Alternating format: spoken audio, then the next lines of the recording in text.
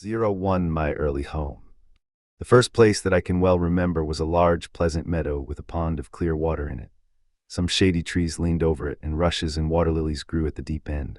Over the hedge on one side we looked into a plowed field, and on the other we looked over a gate at our master's house, which stood by the roadside. At the top of the meadow was a grove of fir trees, and at the bottom a running brook overhung by a steep bank. While I was young I lived upon my mother's milk, as I could not eat grass. In the daytime I ran by her side, and at night I lay down close by her. When it was hot, we used to stand by the pond in the shade of the trees, and when it was cold, we had a nice warm shed near the grove. As soon as I was old enough to eat grass, my mother used to go out to work in the daytime and come back in the evening. There were 6 young colts in the meadow besides me. They were older than I was. Some were nearly as large as grown-up horses.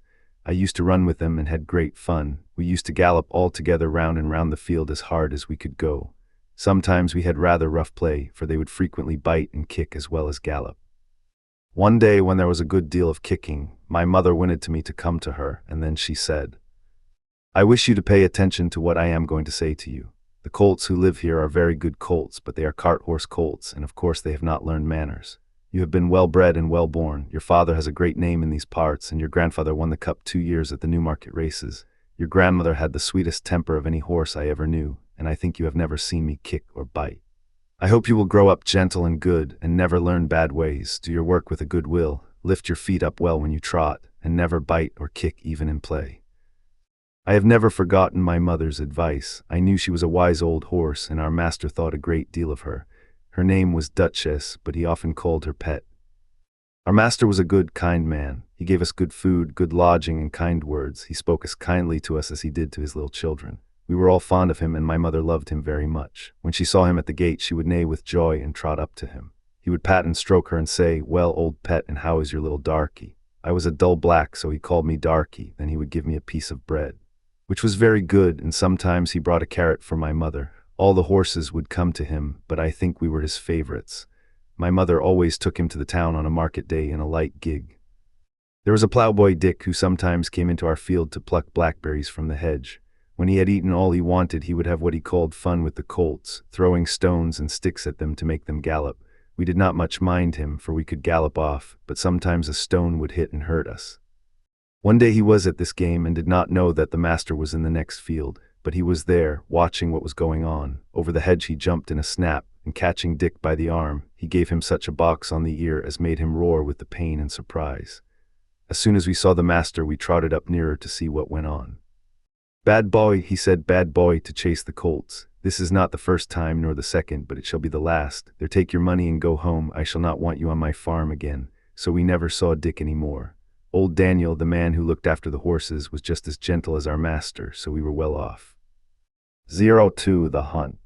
Before I was 2 years old, a circumstance happened which I have never forgotten. It was early in the spring. There had been a little frost in the night, and a light mist still hung over the woods and meadows. I and the other colts were feeding at the lower part of the field when we heard, quite in the distance, what sounded like the cry of dogs. The oldest of the colts raised his head, pricked his ears, and said, "There are the hounds," and immediately cantered off, followed by the rest of us to the upper part of the field, where we could look over the hedge and see several fields beyond. My mother and an old riding horse of our master's were also standing near, and seemed to know all about it. "They have found a hare," said my mother, "and if they come this way we shall see the hunt." And soon the dogs were all tearing down the field of young wheat next to ours. I never heard such a noise as they made. They did not bark nor howl nor whine, but kept on a yo, yo-o-o, yo-yo-o-o at the top of their voices. After them came a number of men on horseback, some of them in green coats, all galloping as fast as they could. The old horse snorted and looked eagerly after them, and we young colts wanted to be galloping with them. But they were soon away into the fields lower down. Here it seemed as if they had come to a stand. The dogs left off barking, and ran about every way with their noses to the ground. "They have lost the scent," said the old horse. "Perhaps the hare will get off." "What hare?" I said. "Oh, I don't know what hare. Likely enough it may be one of our own hares out of the woods. Any hare they can find will do for the dogs and men to run after." And before long the dogs began their yo, yo-o-o again, and back they came all together at full speed, making straight for our meadow at the part where the high bank and hedge overhang the brook.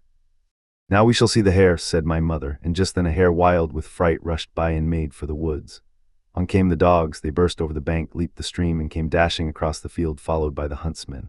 6 or 8 men leaped their horses clean over, close upon the dogs. The hare tried to get through the fence. It was too thick, and she turned sharp round to make for the road, but it was too late. The dogs were upon her with their wild cries. We heard one shriek, and that was the end of her. One of the huntsmen rode up and whipped off the dogs, who would soon have torn her to pieces. He held her up by the leg, torn and bleeding, and all the gentlemen seemed well pleased. As for me, I was so astonished that I did not at first see what was going on by the brook, but when I did look, there was a sad sight. 2 fine horses were down, one was struggling in the stream, and the other was groaning on the grass. One of the riders was getting out of the water covered with mud, the other lay quite still. "His neck is broke," said my mother. "And serve him right, too," said one of the colts. I thought the same, but my mother did not join with us. "Well, no," she said, "you must not say that, but though I am an old horse and have seen and heard a great deal, I never yet could make out why men are so fond of this sport. They often hurt themselves, often spoil good horses, and tear up the fields, and all for a hare or a fox or a stag, that they could get more easily some other way, but we are only horses and don't know." While my mother was saying this, we stood and looked on. Many of the riders had gone to the young man, but my master, who had been watching what was going on, was the first to raise him. His head fell back and his arms hung down, and everyone looked very serious. There was no noise now. Even the dogs were quiet and seemed to know that something was wrong. They carried him to our master's house. I heard afterward that it was young George Gordon, the squire's only son, a fine, tall young man, and the pride of his family. There was now riding off in all directions to the doctor's, to the farrier's, and no doubt to Squire Gordon's to let him know about his son. When Mr. Bond, the farrier, came to look at the black horse that lay groaning on the grass, he felt him all over and shook his head. One of his legs was broken. Then someone ran to our master's house and came back with a gun. Presently there was a loud bang and a dreadful shriek, and then all was still. The black horse moved no more. My mother seemed much troubled. She said she had known that horse for years, and that his name was Rob Roy. He was a good horse, and there was no vice in him. She never would go to that part of the field afterward. Not many days after, we heard the church bell tolling for a long time, and looking over the gate we saw a long, strange black coach that was covered with black cloth and was drawn by black horses. After that came another and another and another, and all were black, while the bell kept tolling. They were carrying young Gordon to the churchyard to bury him. He would never ride again. What they did with Rob Roy I never knew, but 'twas all for one little hare. 03, my breaking in. I was now beginning to grow handsome. My coat had grown fine and soft and was bright black. I had one white foot and a pretty white star on my forehead. I was thought very handsome. My master would not sell me till I was 4 years old. He said lads ought not to work like men, and colts ought not to work like horses till they were quite grown up. When I was 4 years old, Squire Gordon came to look at me. He examined my eyes, my mouth, and my legs. He felt them all down, and then I had to walk and trot and gallop before him. He seemed to like me and said, "When he has been well broken in, he will do very well." My master said he would break me in himself, as he should not like me to be frightened or hurt, and he lost no time about it. The next day he began. Everyone may not know what breaking in is, therefore I will describe it. It means to teach a horse to wear a saddle and bridle, and to carry on his back a man, woman, or child, to go just the way they wish, and to go quietly. Besides this, he has to learn to wear a collar, a crupper, and a breeching, and to stand still while they are put on, then to have a cart or a chaise fixed behind, so that he cannot walk or trot without dragging it after him. And he must go fast or slow, just as his driver wishes. He must never start at what he sees, nor speak to other horses, nor bite, nor kick, nor have any will of his own, but always do his master's will, even though he may be very tired or hungry. But the worst of all is, when his harness is once on, he may neither jump for joy nor lie down for weariness. So you see, this breaking in is a great thing. I had of course long been used to a halter and a headstall, and to be led about in the fields and lanes quietly, but now I was to have a bit and bridle. My master gave me some oats as usual, and after a good deal of coaxing he got the bit into my mouth and the bridle fixed, but it was a nasty thing. Those who have never had a bit in their mouths cannot think how bad it feels. A great piece of cold, hard steel as thick as a man's finger to be pushed into one's mouth, between one's teeth and over one's tongue, with the ends coming out at the corner of your mouth and held fast there by straps over your head, under your throat, round your nose, and under your chin, so that no way in the world can you get rid of the nasty hard thing. It is very bad. Yes, very bad. At least I thought so, but I knew my mother always wore one when she went out, and all horses did when they were grown up. And so, what with the nice oats, and what with my master's pats, kind words, and gentle ways, I got to wear my bit and bridle. Next came the saddle, but that was not half so bad. My master put it on my back very gently, while old Daniel held my head. He then made the girths fast under my body, patting and talking to me all the time. Then I had a few oats, then a little leading about, and this he did every day till I began to look for the oats in the saddle. At length one morning my master got on my back and rode me round the meadow on the soft grass. It certainly did feel queer. But I must say I felt rather proud to carry my master, and as he continued to ride me a little every day, I soon became accustomed to it. Next unpleasant business was putting on the iron shoes. That too was very hard at first. My master went with me to the smith's forge to see that I was not hurt or got any fright. The blacksmith took my feet in his hand one after the other and cut away some of the hoof. It did not pain me, so I stood still on 3 legs till he had done them all. Then he took a piece of iron the shape of my foot and clapped it on and drove some nails through the shoe quite into my hoof, so that the shoe was firmly on. My feet felt very stiff and heavy, but in time I got used to it. Now having got so far, my master went on to break me to harness. There were more new things to wear. First, a stiff heavy collar just on my neck and a bridle with great side pieces against my eyes called blinkers, and blinkers indeed they were, for I could not see on either side but only straight in front of me. Next, there was a small saddle with a nasty stiff strap that went right under my tail. That was the crupper. I hated the crupper. To have my long tail doubled up and poked through that strap was almost as bad as the bit. I never felt more like kicking, but of course I could not kick such a good master, and so in time I got used to everything and could do my work as well as my mother. I must not forget to mention one part of my training which I have always considered a very great advantage. My master sent me for a fortnight to a neighboring farmer's who had a meadow which was skirted on one side by the railway. Here were some sheep and cows, and I was turned in among them. I shall never forget the first train that ran by. I was feeding quietly near the pales which separated the meadow from the railway when I heard a strange sound at a distance, and before I knew whence it came, with a rush and a clatter, and a puffing out of smoke, a long black train of something flew by and was gone almost before I could draw my breath. I turned and galloped to the further side of the meadow as fast as I could go, and there I stood snorting with astonishment and fear.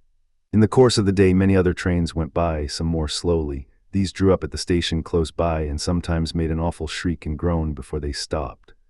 I thought it very dreadful, but the cows went on eating very quietly and hardly raised their heads as the black frightful thing came puffing and grinding past. For the first few days I could not feed in peace, but as I found that this terrible creature never came into the field or did me any harm, I began to disregard it, and very soon I cared as little about the passing of a train as the cows and sheep did. Since then I have seen many horses much alarmed and restive at the sight or sound of a steam engine, but thanks to my good master's care, I am as fearless at railway stations as in my own stable.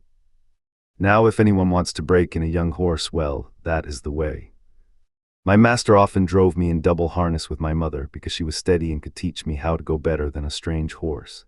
She told me the better I behaved the better I should be treated, and that it was wisest always to do my best to please my master. But said she, there are a great many kinds of men. There are good thoughtful men like our master that any horse may be proud to serve, and there are bad, cruel men, who never ought to have a horse or dog to call their own. Besides, there are a great many foolish men, vain, ignorant, and careless, who never trouble themselves to think.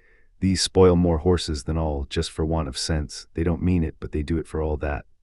I hope you will fall into good hands, but a horse never knows who may buy him or who may drive him. It is all a chance for us. But still I say, do your best wherever it is and keep up your good name. 04 Birtwick Park. At this time I used to stand in the stable, and my coat was brushed every day till it shone like a rook's wing. It was early in May when there came a man from Squire Gordon's who took me away to the hall. My master said, "Goodbye, darky, be a good horse and always do your best."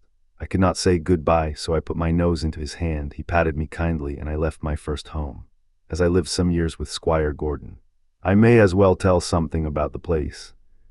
Squire Gordon's park skirted the village of Birtwick. It was entered by a large iron gate at which stood the first lodge, and then you trotted along on a smooth road between clumps of large old trees, then another lodge and another gate which brought you to the house and the gardens. Beyond this lay the home paddock, the old orchard, and the stables. There was accommodation for many horses and carriages, but I need only describe the stable into which I was taken. This was very roomy, with 4 good stalls. A large swinging window opened into the yard, which made it pleasant and airy. The first stall was a large square one, shut in behind with a wooden gate. The others were common stalls, good stalls, but not nearly so large. It had a low rack for hay and a low manger for corn. It was called a loose box because the horse that was put into it was not tied up, but left loose to do as he liked. It is a great thing to have a loose box. Into this fine box the groom put me. It was clean, sweet, and airy. I never was in a better box than that, and the sides were not so high but that I could see all that went on through the iron rails that were at the top. He gave me some very nice oats. He patted me, spoke kindly, and then went away. When I had eaten my corn, I looked round. In the stall next to mine stood a little fat gray pony, with a thick mane and tail, a very pretty head, and a pert little nose. I put my head up to the iron rails at the top of my box and said, "How do you do? What is your name?" He turned round as far as his halter would allow, held up his head and said, "My name is Merrylegs. I am very handsome. I carry the young ladies on my back, and sometimes I take our mistress out in the low chair. They think a great deal of me, and so does James. Are you going to live next door to me in the box?" I said, "Yes." "Well then," he said, "I hope you are good-tempered. I do not like anyone next door who bites." Just then a horse's head looked over from the stall beyond, the ears were laid back, and the eye looked rather ill-tempered. This was a tall chestnut mare, with a long handsome neck. She looked across to me and said, "So it is you who have turned me out of my box. It is a very strange thing for a colt like you to come and turn a lady out of her own home." "I beg your pardon," I said, "I have turned no one out. The man who brought me put me here, and I had nothing to do with it. And as to my being a colt, I am turned 4 years old and am a grown-up horse. I never had words yet with horse or mare, and it is my wish to live at peace." "Well," she said, "we shall see, of course. I do not want to have words with a young thing like you." I said no more. In the afternoon, when she went out, Merrylegs told me all about it. "The thing is this," said Merrylegs. "Ginger has a bad habit of biting and snapping. That is why they call her Ginger, and when she was in the loose box she used to snap very much. One day she bit James in the arm and made it bleed, and so Miss Flora and Miss Jessie, who are very fond of me, were afraid to come into the stable. They used to bring me nice things to eat, an apple or a carrot or a piece of bread. But after Ginger stood in that box they dared not come, and I miss them very much. I hope they will now come again, if you do not bite or snap." I told him I never bit anything but grass, hay, and corn, and could not think what pleasure Ginger found it. "Well, I don't think she does find pleasure," says Merrylegs. "It is just a bad habit. She says no one was ever kind to her, and why should she not bite? Of course, it is a very bad habit, but I am sure if all she says be true, she must have been very ill-used before she came here. John does all he can to please her, and James does all he can, and our master never uses a whip if a horse acts right, so I think she might be good-tempered here. You see," he said, with a wise look, "I am 12 years old, I know a great deal, and I can tell you there is not a better place for a horse all round the country than this. John is the best groom that ever was. He has been here 14 years, and you never saw such a kind boy as James is, so that it is all Ginger's own fault that she did not stay in that box." 05 A fair start. The name of the coachman was John Manley. He had a wife and one little child, and they lived in the coachman's cottage, very near the stables. The next morning he took me into the yard and gave me a good grooming, and just as I was going into my box, with my coat soft and bright, the squire came in to look at me and seemed pleased. "John," he said, "I meant to have tried the new horse this morning, but I have other business. You may as well take him around after breakfast. Go by the common and the highwood, and back by the watermill and the river. That will show his paces." "I will, sir," said John. After breakfast he came and fitted me with a bridle. He was very particular in letting out and taking in the straps to fit my head comfortably. Then he brought a saddle, but it was not broad enough for my back. He saw it in a minute and went for another, which fitted nicely. He rode me first slowly, then a trot, then a canter, and when we were on the common he gave me a light touch with his whip, and we had a splendid gallop. "Ho, ho, my boy," he said, as he pulled me up. "You would like to follow the hounds, I think." As we came back through the park, we met the squire and Mrs. Gordon walking. They stopped, and John jumped off. "Well, John, how does he go?" "First rate, sir," answered John. "He is as fleet as a deer and has a fine spirit too, but the lightest touch of the rein will guide him." Down at the end of the common we met one of those traveling carts hung all over with baskets, rugs, and such like. You know, sir, many horses will not pass those carts quietly. He just took a good look at it and then went on as quiet and pleasant as could be. They were shooting rabbits near the highwood, and a gun went off close by. He pulled up a little and looked, but did not stir a step to right or left. I just held the rein steady and did not hurry him, and it's my opinion he has not been frightened or ill-used while he was young. "That's well," said the squire. "I will try him myself tomorrow." The next day I was brought up for my master. I remembered my mother's counsel and my good old master's, and I tried to do exactly what he wanted me to do. I found he was a very good rider, and thoughtful for his horse too. When he came home, the lady was at the hall door as he rode up. "Well, my dear," she said, "how do you like him?" "He is exactly what John said," he replied. "A pleasanter creature I never wish to mount. What shall we call him?" "Would you like Ebony?" said she. "He is as black as ebony." "No, not Ebony." "Will you call him Blackbird, like your uncle's old horse?" No, he's far handsomer than old Blackbird ever was. Yes, she said, he is really quite a beauty, and he has such a sweet, good-tempered face, and such a fine, intelligent eye. What do you say to calling him Black Beauty? Black Beauty, why, yes, I think that is a very good name. If you like, it shall be his name, and so it was. When John went into the stable, he told James that master and mistress had chosen a good, sensible English name for me that meant something, not like Marengo or Pegasus or Abdallah. They both laughed, and James said, if it was not for bringing back the past, I should have named him Rob Roy, for I never saw two horses more alike. That's no wonder, said John. Didn't you know that Farmer Gray's old Duchess was the mother of them both? I had never heard that before, and so poor Rob Roy, who was killed at that hunt, was my brother. I did not wonder that my mother was so troubled. It seems that horses have no relations, at least they never know each other after they are sold.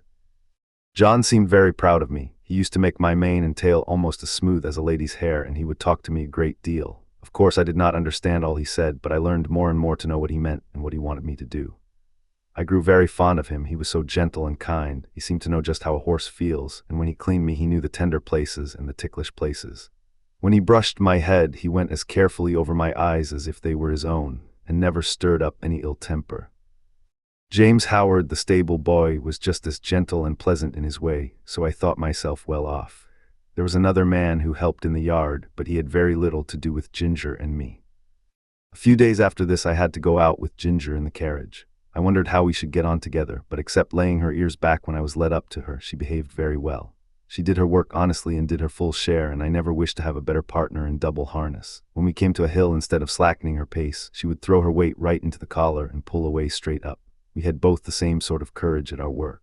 And John had oftener to hold us in than to urge us forward. He never had to use the whip with either of us. Then our paces were much the same, and I found it very easy to keep step with her when trotting, which made it pleasant, and master always liked it when we kept step well, and so did John.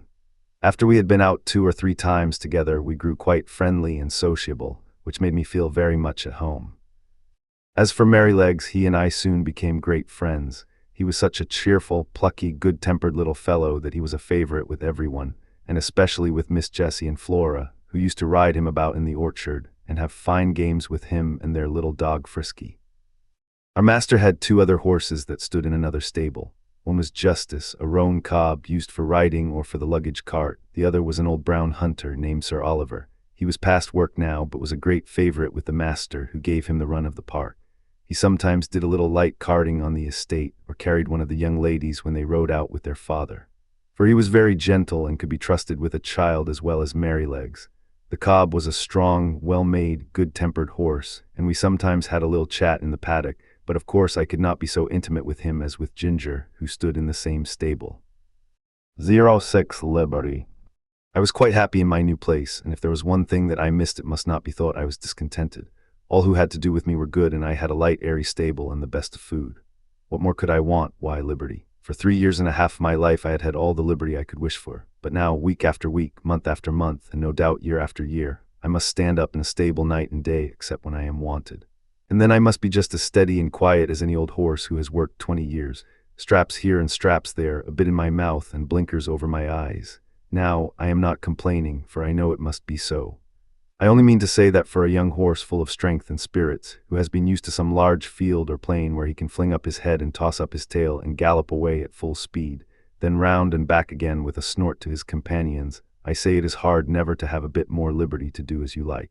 Sometimes, when I have had less exercise than usual, I have felt so full of life and spring that when John has taken me out to exercise, I really could not keep quiet.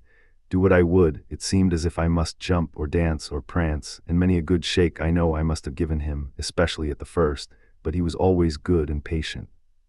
Steady, steady, my boy, he would say. Wait a bit and we will have a good swing and soon get the tickle out of your feet. Then as soon as we were out of the village, he would give me a few miles at a spanking trot and then bring me back as fresh as before, only clear of the fidgets, as he called them. Spirited horses, when not enough exercised, are often called skittish when it is only play, and some grooms will punish them, but our John did not. He knew it was only high spirits. Still, he had his own ways of making me understand by the tone of his voice or the touch of the rein. If he was very serious and quite determined, I always knew it by his voice, and that had more power with me than anything else, for I was very fond of him. I ought to say that sometimes we had our liberty for a few hours. This used to be on fine Sundays in the summertime. The carriage never went out on Sundays because the church was not far off. It was a great treat to us to be turned out into the home paddock or the old orchard. The grass was so cool and soft to our feet, the air so sweet, and the freedom to do as we liked was so pleasant to gallop, to lie down and roll over on our backs, or to nibble the sweet grass. Then it was a very good time for talking, as we stood together under the shade of the large chestnut tree. 07 Ginger. One day when Ginger and I were standing alone in the shade, we had a great deal of talk. She wanted to know all about my bringing up and breaking in, and I told her. Well, said she, if I had had your bringing up, I might have had as good a temper as you, but now I don't believe I ever shall. Why not? I said. Because it has been all so different with me, she replied. I never had any one horse or man that was kind to me or that I cared to please, for in the first place I was taken from my mother as soon as I was weaned and put with a lot of other young colts. None of them cared for me, and I cared for none of them. There was no kind master like yours to look after me and talk to me and bring me nice things to eat. The man that had the care of us never gave me a kind word in my life. I do not mean that he ill-used me, but he did not care for us one bit further than to see that we had plenty to eat and shelter in the winter. A footpath ran through our field, and very often the great boys passing through would fling stones to make us gallop. I was never hit, but one fine young colt was badly cut in the face, and I should think it would be a scar for life. We did not care for them, but of course it made us more wild, and we settled it in our minds that boys were our enemies. We had very good fun in the free meadows, galloping up and down and chasing each other round and round the field, then standing still under the shade of the trees. But when it came to breaking in, that was a bad time for me. Several men came to catch me, and when at last they closed me in at one corner of the field, one caught me by the forelock, another caught me by the nose and held it so tight I could hardly draw my breath. Then another took my under jaw in his hard hand and wrenched my mouth open, and so by force they got on the halter and the bar into my mouth. Then one dragged me along by the halter. Another flogging behind, and this was the first experience I had of men's kindness. It was all force. They did not give me a chance to know what they wanted. I was high-bred and had a great deal of spirit, and was very wild, no doubt, and gave them, I dare say, plenty of trouble. But then it was dreadful to be shut up in a stall day after day instead of having my liberty, and I fretted and pined and wanted to get loose. You know yourself it's bad enough when you have a kind master and plenty of coaxing, but there was nothing of that sort for me. There was one the old master, Mr. Ryder, who, I think, could soon have brought me round and could have done anything with me, but he had given up all the hard part of the trade to his son and to another experienced man, and he only came at times to oversee. His son was a strong, tall, bold man. They called him Samson, and he used to boast that he had never found a horse that could throw him. There was no gentleness in him, as there was in his father, but only hardness. A hard voice, a hard eye, a hard hand, and I felt from the first that what he wanted was to wear all the spirit out of me and just make me into a quiet, humble, obedient piece of horseflesh. Horseflesh, yes, that is all that he thought about, and Ginger stamped her foot as if the very thought of him made her angry. Then she went on. If I did not do exactly what he wanted, he would get put out, and make me run round with that long rein in the training field till he had tired me out. I think he drank a good deal, and I am quite sure that the oftener he drank, the worse it was for me. One day he had worked me hard in every way he could, and when I lay down I was tired and miserable and angry. It all seemed so hard. The next morning he came for me early, and ran me round again for a long time. I had scarcely had an hour's rest when he came again for me with a saddle and bridle and a new kind of bit. I could never quite tell how it came about. He had only just mounted me on the training ground, when something I did put him out of temper, and he chucked me hard with the rein. The new bit was very painful, and I reared up suddenly, which angered him still more, and he began to flog me. I felt my whole spirit set against him, and I began to kick and plunge and rear as I had never done before, and we had a regular fight. For a long time he stuck to the saddle and punished me cruelly with his whip and spurs, but my blood was thoroughly up, and I cared for nothing he could do if only I could get him off. At last, after a terrible struggle, I threw him off backward. I heard him fall heavily on the turf, and without looking behind me, I galloped off to the other end of the field. There I turned round and saw my persecutor slowly rising from the ground and going into the stable. I stood under an oak tree and watched, but no one came to catch me. The time went on, and the sun was very hot. The flies swarmed round me and settled on my bleeding flanks where the spurs had dug in. I felt hungry, for I had not eaten since the early morning, but there was not enough grass in that meadow for a goose to live on. I wanted to lie down and rest, but with the saddle strapped tightly on there was no comfort, and there was not a drop of water to drink. The afternoon wore on, and the sun got low. I saw the other colts led in, and I knew they were having a good feed. At last, just as the sun went down, I saw the old master come out with a sieve in his hand. He was a very fine old gentleman with quite white hair, but his voice was what I should know him by among 1,000. It was not high, nor yet low, but full and clear and kind, and when he gave orders it was so steady and decided that everyone knew, both horses and men, that he expected to be obeyed. He came quietly along, now and then shaking the oats about that he had in the sieve, and speaking cheerfully and gently to me. "Come along, lassie, come along, lassie, come along, come along." I stood still and let him come up. He held the oats to me, and I began to eat without fear. His voice took all my fear away. He stood by, patting and stroking me while I was eating, and seeing the clots of blood on my side he seemed very vexed. Poor lassie. It was a bad business, a bad business. Then he quietly took the rein and led me to the stable. Just at the door stood Samson. I laid my ears back and snapped at him. "Stand back," said the master, "and keep out of her way. You've done a bad day's work for this filly." He growled out something about a vicious brute. "Hark ye," said the father, "a bad-tempered man will never make a good-tempered horse. You've not learned your trade yet, Samson." Then he led me into my box, took off the saddle and bridle with his own hands, and tied me up. Then he called for a pail of warm water and a sponge, took off his coat, and while the stableman held the pail, he sponged my sides a good while, so tenderly that I was sure he knew how sore and bruised they were. "Whoa, my pretty one," he said, "stand still, stand still." His very voice did me good, and the bathing was very comfortable. The skin was so broken at the corners of my mouth that I could not eat the hay. The stalks hurt me. He looked closely at it, shook his head, and told the man to fetch a good bran mash and put some meal into it. How good that mash was, and so soft and healing to my mouth. He stood by all the time I was eating, stroking me and talking to the man. "If a high-mettled creature like this," said he, "can't be broken by fair means, she will never be good for anything."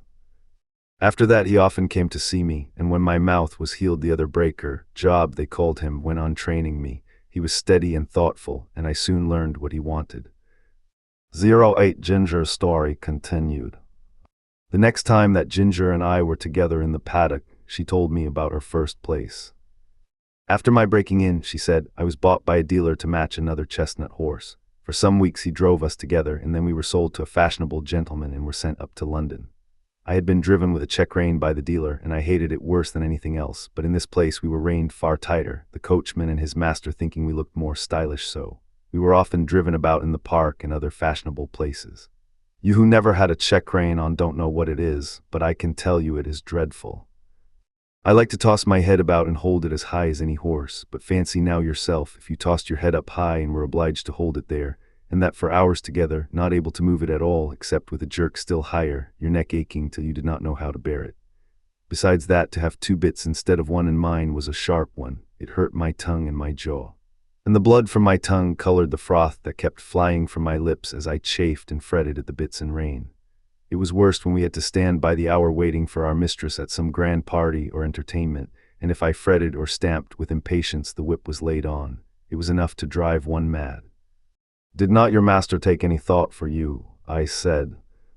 "No," said she, "he only cared to have a stylish turnout, as they call it. I think he knew very little about horses. He left that to his coachman, who told him I had an irritable temper, that I had not been well broken to the check rein, but I should soon get used to it. But he was not the man to do it, for when I was in the stable, miserable and angry, instead of being smoothed and quieted by kindness, I got only a surly word or a blow. If he had been civil, I would have tried to bear it. I was willing to work, and ready to work hard too, but to be tormented for nothing but their fancies angered me. What right had they to make me suffer like that? Besides the soreness in my mouth and the pain in my neck, it always made my windpipe feel bad, and if I had stopped there long I know it would have spoiled my breathing. But I grew more and more restless and irritable. I could not help it, and I began to snap and kick when anyone came to harness me. For this the groom beat me, and one day, as they had just buckled us into the carriage and were straining my head up with that rein, I began to plunge and kick with all my might. I soon broke a lot of harness and kicked myself clear, so that was an end of that place. After this I was sent to Tattersall's to be sold. Of course I could not be warranted free from vice, so nothing was said about that. My handsome appearance and good paces soon brought a gentleman to bid for me, and I was bought by another dealer. He tried me in all kinds of ways and with different bits, and he soon found out what I could not bear. At last he drove me quite without a check rein, and then sold me as a perfectly quiet horse to a gentleman in the country. He was a good master, and I was getting on very well, but his old groom left him, and a new one came. This man was as hard-tempered and hard-handed as Samson. He always spoke in a rough, impatient voice, and if I did not move in the stall the moment he wanted me, he would hit me above the hocks with his stable broom or the fork, whichever he might have in his hand. Everything he did was rough, and I began to hate him. He wanted to make me afraid of him, but I was too high-mettled for that. and one day when he had aggravated me more than usual, I bit him, which of course put him in a great rage, and he began to hit me about the head with a riding whip. After that, he never dared to come into my stall again. Either my heels or my teeth were ready for him, and he knew it. I was quite quiet with my master. But of course he listened to what the man said, and so I was sold again. The same diller heard of me and said he thought he knew one place where I should do well. 'Twas a pity, he said, that such a fine horse should go to the bad, for want of a real good chance, and the end of it was that I came here not long before you did. But I had then made up my mind that men were my natural enemies and that I must defend myself. Of course it is very different here, but who knows how long it will last. I wish I could think about things as you do. But I can't, after all I have gone through. Well, I said, I think it would be a real shame if you were to bite or kick John or James. I don't mean to, she said, while they are good to me. I did bite James once pretty sharp, but John said, try her with kindness, and instead of punishing me as I expected, James came to me with his arm bound up and brought me a bran mash and stroked me, and I have never snapped at him since, and I won't either. I was sorry for Ginger, but of course I knew very little then, and I thought most likely she made the worst of it. However, I found that as the weeks went on she grew much more gentle and cheerful, and had lost the watchful, defiant look that she used to turn on any strange person who came near her. And one day James said, I do believe that mare is getting fond of me. She quite whinnied after me this morning when I had been rubbing her forehead. Aye, aye, Jim, 'tis the Birtwick balls, said John. She'll be as good as Black Beauty by and by. Kindness is all the physic she wants, poor thing. Master noticed the change too, and one day when he got out of the carriage and came to speak to us, as he often did, he stroked her beautiful neck. Well, my pretty one, well, how do things go with you now? You are a good bit happier than when you came to us, I think. She put her nose up to him in a friendly, trustful way, while he rubbed it gently. We shall make a cure of her, John, he said. Yes, sir, she's wonderfully improved. She's not the same creature that she was. It's the Birtwick balls, sir, said John, laughing. This was a little joke of John's. He used to say that a regular course of the Birtwick horse balls would cure almost any vicious horse. These balls, he said, were made up of patience and gentleness, firmness and petting, 1 pound of each to be mixed up with half a pint of common sense and given to the horse every day. 09 Merrylegs. Mr. Blomefield, the vicar, had a large family of boys and girls. Sometimes they used to come and play with Miss Jessie and Flora. One of the girls was as old as Miss Jessie, 2 of the boys were older, and there were several little ones. When they came there was plenty of work for Merrylegs, for nothing pleased them so much as getting on him by turns and riding him all about the orchard and the home paddock, and this they would do by the hour together. One afternoon he had been out with them a long time, and when James brought him in and put on his halter, he said, There, you rogue, mind how you behave yourself, or we shall get into trouble. What have you been doing, Merrylegs? I asked. Oh, said he, tossing his little head, I have only been giving those young people a lesson. They did not know when they had had enough, nor when I had had enough, so I just pitched them off backward. That was the only thing they could understand. What, said I, you threw the children off? I thought you did no better than that. Did you throw Miss Jessie or Miss Flora? He looked very much offended and said, Of course not. I would not do such a thing for the best oats that ever came into the stable. Why, I am as careful of our young ladies as the master could be, and as for the little ones, it is I who teach them to ride. When they seem frightened or a little unsteady on my back, I go as smooth and as quiet as old Pussy when she is after a bird, and when they are all right, I go on again faster, you see, just to use them to it, so don't you trouble yourself preaching to me. I am the best friend and the best riding master those children have. It is not them, it is the boys. Boys, said he, shaking his mane, are quite different. They must be broken in as we were broken in when we were colts, and just be taught what's what. The other children had ridden me about for nearly 2 hours, and then the boys thought it was their turn, and so it was, and I was quite agreeable. They rode me by turns, and I galloped them about up and down the fields and all about the orchard for a good hour. They had each cut a great hazel stick for a riding whip and laid it on a little too hard, but I took it in good part, till at last I thought we had had enough, so I stopped 2 or 3 times by way of a hint. Boys, you see, think a horse or pony is like a steam engine or a thrashing machine, and can go on as long and as fast as they please. They never think their pony can get tired or have any feelings. So as the one who was whipping me could not understand, I just rose up on my hind legs and let him slip off behind, that was all. He mounted me again, and I did the same. Then the other boy got up, and as soon as he began to use his stick, I laid him on the grass, and so on, till they were able to understand, that was all. They are not bad boys, they don't wish to be cruel. I like them very well, but you see I had to give them a lesson. When they brought me to James and told him, I think he was very angry to see such big sticks. He said they were only fit for drovers or gypsies, and not for young gentlemen. If I had been you, said Ginger, I would have given those boys a good kick, and that would have given them a lesson. No doubt you would, said Merrylegs, but then I am not quite such a fool, begging your pardon, as to anger our master or make James ashamed of me. Besides, those children are under my charge when they are writing. I tell you they are entrusted to me. Why, only the other day I heard our master say to Mrs. Blomefield, my dear madam, you need not be anxious about the children. My old Merrylegs will take as much care of them as you or I could. I assure you I would not sell that pony for any money. He is so perfectly good-tempered and trustworthy. And do you think I am such an ungrateful brute as to forget all the kind treatment I have had here for 5 years, and all the trust they place in me, and turn vicious because a couple of ignorant boys used me badly? No, no. You never had a good place where they were kind to you, and so you don't know, and I'm sorry for you, but I can tell you good places make good horses.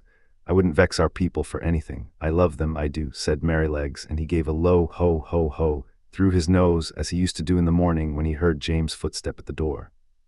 Besides, he went on, if I took to kicking, where should I be? Why, sold off in a jiffy and no character, and I might find myself slaved about under a butcher's boy, or worked to death at some seaside place where no one cared for me, except to find out how fast I could go, or be flogged along in some cart with 3 or 4 great men in it going out for a Sunday spree, as I have often seen in the place I lived in before I came here. No, said he, shaking his head, I hope I shall never come to that. 10 a talk in the orchard. Ginger and I were not of the regular tall carriage horse breed. We had more of the racing blood in us. We stood about 15½ hands high. We were therefore just as good for riding as we were for driving, and our master used to say that he disliked either horse or man that could do but one thing, and as he did not want to show off in London parks, he preferred a more active and useful kind of horse. As for us, our greatest pleasure was when we were saddled for a riding party, the master on Ginger, the mistress on me, and the young ladies on Sir Oliver and Merrylegs. It was so cheerful to be trotting and cantering all together that it always put us in high spirits.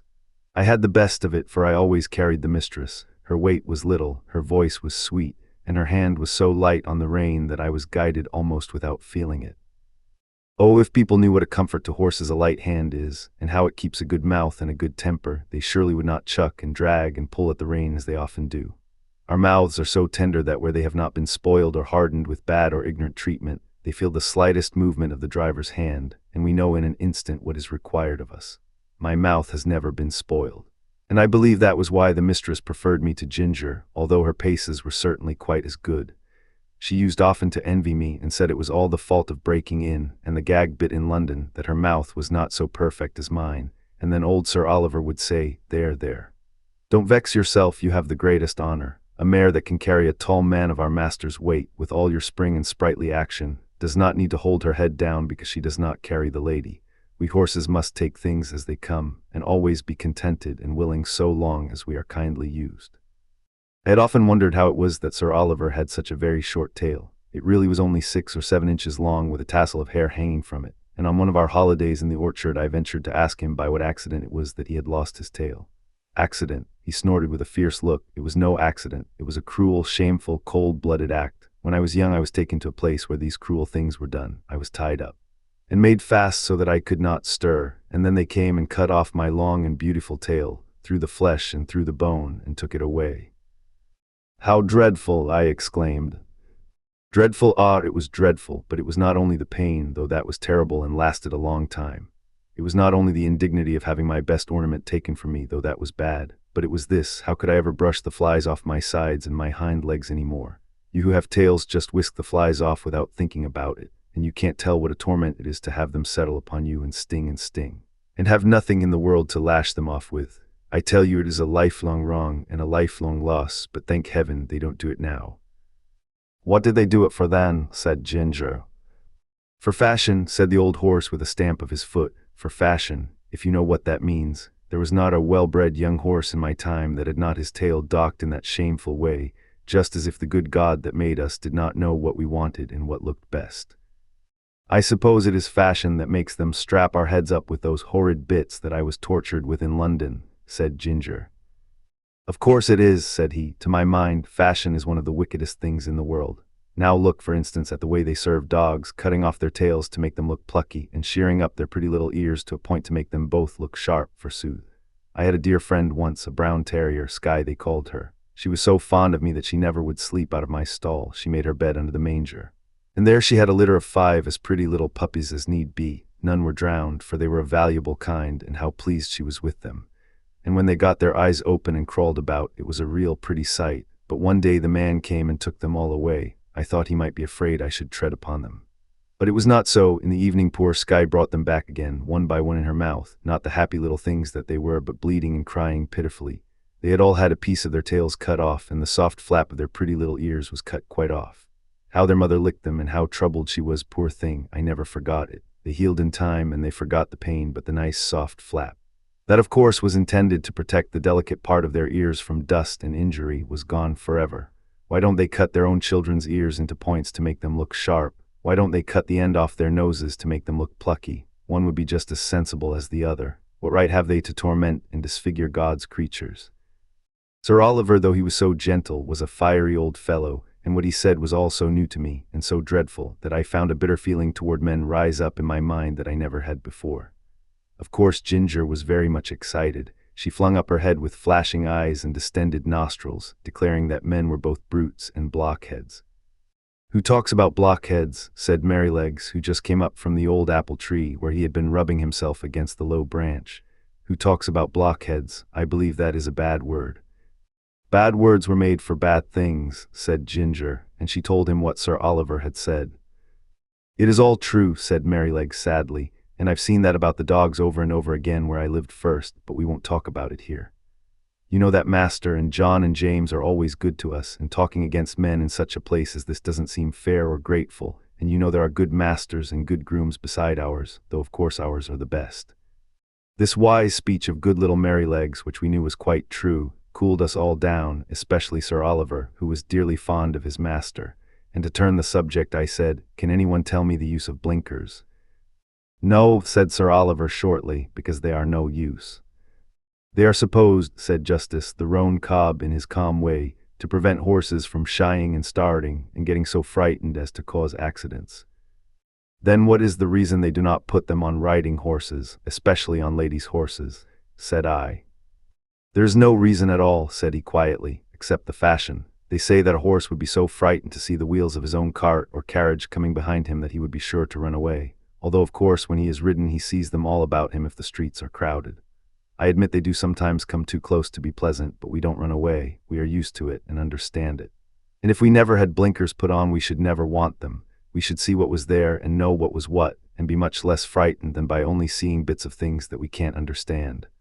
Of course there may be some nervous horses who have been hurt or frightened when they were young, who may be the better for them, but as I never was nervous, I can't judge." "I consider," said Sir Oliver, "that blinkers are dangerous things in the night. We horses can see much better in the dark than men can, and many an accident would never have happened if horses might have had the full use of their eyes. Some years ago I remember there was a hearse with 2 horses returning one dark night, and just by Farmer Sparrow's house, where the pond is close to the road, the wheels went too near the edge, and the hearse was overturned into the water. Both the horses were drowned, and the driver hardly escaped. Of course after this accident a stout white rail was put up that might be easily seen, but if those horses had not been partly blinded, they would of themselves have kept further from the edge, and no accident would have happened. When our master's carriage was overturned before you came here, it was said that if the lamp on the left side had not gone out, John would have seen the great hole that the road makers had left. And so he might, but if old Colin had not had blinkers on he would have seen it, lamp or no lamp, for he was far too knowing an old horse to run into danger. As it was, he was very much hurt, the carriage was broken, and how John escaped nobody knew. "I should say," said Ginger, curling her nostril, "that these men who are so wise had better give orders that in the future all foals should be born with their eyes set just in the middle of their foreheads, instead of on the side. They always think they can improve upon nature, and mend what God has made." Things were getting rather sore again, when Merrylegs held up his knowing little face and said, "I'll tell you a secret. I believe John does not approve of blinkers. I heard him talking with Master about it one day. The Master said that if horses had been used to them, it might be dangerous in some cases to leave them off, and John said he thought it would be a good thing if all colts were broken in without blinkers, as was the case in some foreign countries. So let us cheer up and have a run to the other end of the orchard. I believe the wind has blown down some apples, and we might just as well eat them as the slugs." Merrylegs could not be resisted, so we broke off our long conversation and got up our spirits by munching some very sweet apples which lay scattered on the grass. 11 Plain speaking. The longer I lived at Birtwick, the more proud and happy I felt at having such a place. Our master and mistress were respected and beloved by all who knew them. They were good and kind to everybody and everything, not only men and women, but horses and donkeys, dogs and cats, cattle and birds. There was no oppressed or ill-used creature that had not a friend in them, and their servants took the same tone. If any of the village children were known to treat any creature cruelly, they soon heard about it from the hall. The squire and Farmer Gray had worked together, as they said, for more than 20 years to get check reins on the cart horses done away with, and in our parts you seldom saw them. And sometimes, if mistress met a heavily laden horse with his head strained up, she would stop the carriage and get out, and reason with the driver in her sweet, serious voice, and try to show him how foolish and cruel it was. I don't think any man could withstand our mistress. I wish all ladies were like her. Our master, too, used to come down very heavy sometimes. I remember he was riding me toward home one morning when we saw a powerful man driving toward us in a light pony chaise with a beautiful little bay pony, with slender legs and a high-bred, sensitive head and face. Just as he came to the park gates, the little thing turned toward them. The man, without word or warning, wrenched the creature's head round with such a force and suddenness that he nearly threw it on its haunches. Recovering itself, it was going on, when he began to lash it furiously. The pony plunged forward, but the strong, heavy hand held the pretty creature back with force almost enough to break its jaw, while the whip still cut into him. It was a dreadful sight to me, for I knew what fearful pain it gave that delicate little mouth, but master gave me the word, and we were up with him in a second. "Sawyer," he cried in a stern voice, "is that pony made of flesh and blood?" "Flesh and blood and temper," he said. "He's too fond of his own will, and that won't suit me."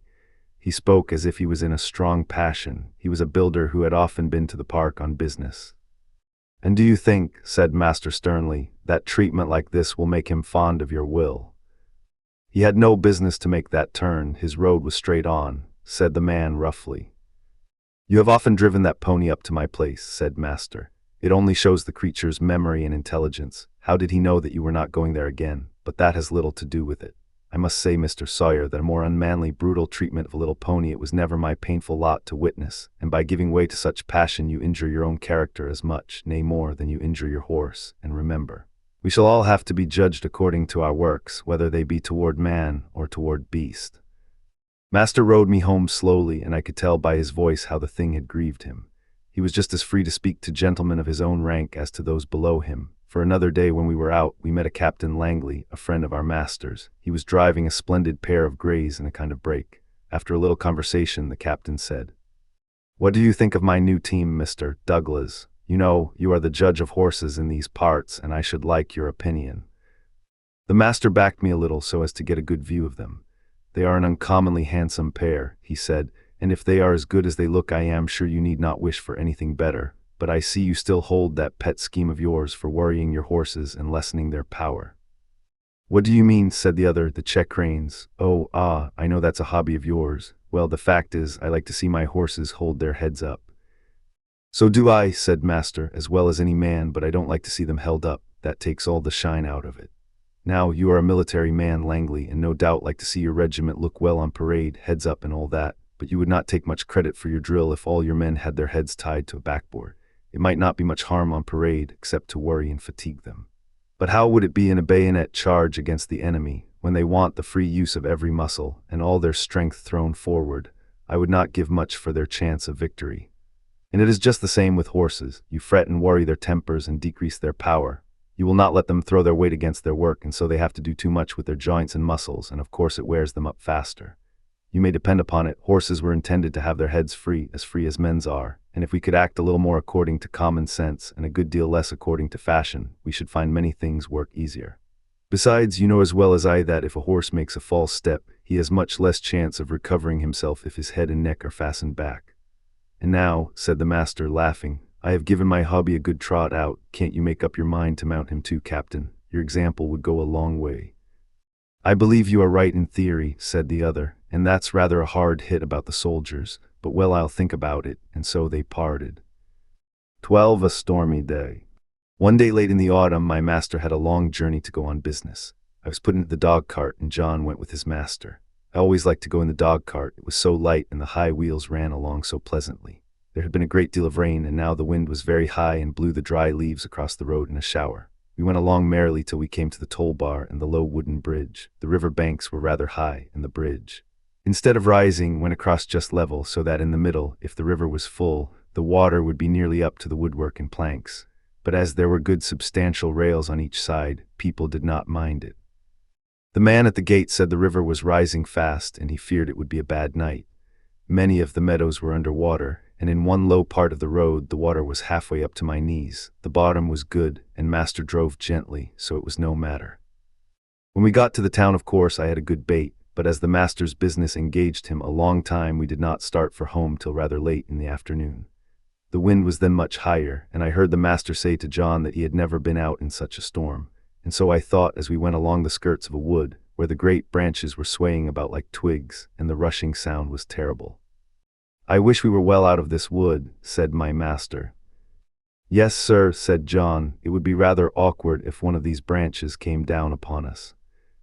The words were scarcely out of his mouth when there was a groan and a crack and a splitting sound, and tearing, crashing down among the other trees came an oak, torn up by the roots, and it fell right across the road just before us. I will never say I was not frightened, for I was. I stopped still, and I believe I trembled. Of course I did not turn round or run away, I was not brought up to that. John jumped out and was in a moment at my head. "That was a very near touch," said my master. "What's to be done now?" "Well, sir, we can't drive over that tree, nor yet get round it. There will be nothing for it but to go back to the 4 crossways, and that will be a good 6 miles before we get round to the wooden bridge again. It will make us late, but the horse is fresh." So back we went and round by the crossroads, but by the time we got to the bridge it was very nearly dark. We could just see that the water was over the middle of it, but as that happened sometimes when the floods were out, master did not stop. We were going along at a good pace, but the moment my feet touched the first part of the bridge I felt sure there was something wrong. I dare not go forward, and I made a dead stop. "Go on, Beauty," said my master. And he gave me a touch with the whip, but I dare not stir. He gave me a sharp cut. I jumped, but I dare not go forward. "There's something wrong, sir," said John, and he sprang out of the dog cart and came to my head and looked all about. He tried to lead me forward. "Come on, Beauty, what's the matter?" Of course I could not tell him, but I knew very well that the bridge was not safe.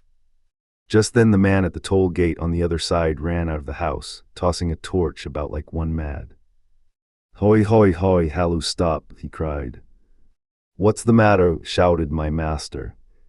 "The bridge is broken in the middle, and part of it is carried away. If you come on, you'll be into the river." "Thank God," said my master. "You Beauty," said John, and took the bridle and gently turned me round to the right-hand road by the riverside. The sun had set some time. The wind seemed to have lulled off after that furious blast which tore up the tree. It grew darker and darker, stiller and stiller. I trotted quietly along, the wheels hardly making a sound on the soft road. For a good while neither master nor John spoke, and then master began in a serious voice. I could not understand much of what they said, but I found they thought if I had gone on as the master wanted me, most likely the bridge would have given way under us, and horse, chaise, master, and man would have fallen into the river. And as the current was flowing very strongly and there was no light and no help at hand, it was more than likely we should all have been drowned. Master said God had given men reason by which they could find out things for themselves. But he had given animals knowledge which did not depend on reason, and which was much more prompt and perfect in its way, and by which they had often saved the lives of men. John had many stories to tell of dogs and horses, and the wonderful things they had done. He thought people did not value their animals half enough nor make friends of them as they ought to do. I am sure he makes friends of them, if ever a man did. At last we came to the park gates and found the gardener looking out for us. He said that mistress had been in a dreadful way ever since dark, fearing some accident had happened, and that she had sent James off on Justice, the roan cob, toward the wooden bridge to make inquiry after us. We saw a light at the hall door and at the upper windows, and as we came up mistress ran out, saying, "Are you really safe, my dear? Oh, I have been so anxious, fancying all sorts of things. Have you had no accident?" "No, my dear, but if your Black Beauty had not been wiser than we should all have been carried down the river at the wooden bridge." I heard no more as they went into the house, and John took me to the stable. Oh, what a good supper he gave me that night, a good bran mash and some crushed beans with my oats and such a thick bed of straw, and I was glad of it, for I was tired. 13. The Devil's Trademark. One day when John and I had been out on some business of our master's and were returning gently on a long straight road, at some distance we saw a boy trying to leap a pony over a gate. The pony would not take the leap, and the boy cut him with the whip, but he only turned off on one side. He whipped him again, but the pony turned off on the other side. Then the boy got off and gave him a hard thrashing and knocked him about the head. Then he got up again and tried to make him leap the gate, kicking him all the time shamefully, but still the pony refused. When we were nearly at the spot, the pony put down his head and threw up his heels and sent the boy neatly over into a broad quickset hedge, and with the rein dangling from his head he set off home at a full gallop. John laughed out quite loud. "Served him right," he said. Oh, oh, oh, cried the boy as he struggled about among the thorns. I say, come and help me out. Thank ye, said John. I think you are quite in the right place, and maybe a little scratching will teach you not to leap a pony over a gate that is too high for him. And so with that John rode off. It may be, said he to himself, that young fellow is a liar as well as a cruel one. We'll just go home by Farmer Bushby's beauty, and then if anybody wants to know you and I can tell him, ye see. So we turned off to the right, and soon came up to the stackyard and within sight of the house. The farmer was hurrying out into the road, and his wife was standing at the gate, looking very frightened. Have you seen my boy? Said Mr. Bushby as we came up. He went out an hour ago on my black pony, and the creature has just come back without a rider. I should think, sir, said John, he had better be without a rider, unless he can be ridden properly. What do you mean? Said the farmer. Well, sir, I saw your son whipping and kicking and knocking that good little pony about shamefully because he would not leap a gate that was too high for him. The pony behaved well, sir, and showed no vice, but at last he just threw up his heels and tipped the young gentleman into the thorn hedge. He wanted me to help him out, but I hope you will excuse me, sir, I did not feel inclined to do so. There's no bones broken, sir, he'll only get a few scratches. I love horses, and it riles me to see them badly used. It is a bad plan to aggravate an animal till he uses his heels. The first time is not always the last. During this time the mother began to cry, Oh, my poor Bill, I must go and meet him. He must be hurt. You had better go into the house, wife, said the farmer. Bill wants a lesson about this, and I must see that he gets it. This is not the first time, nor the second, that he has ill-used that pony, and I shall stop it.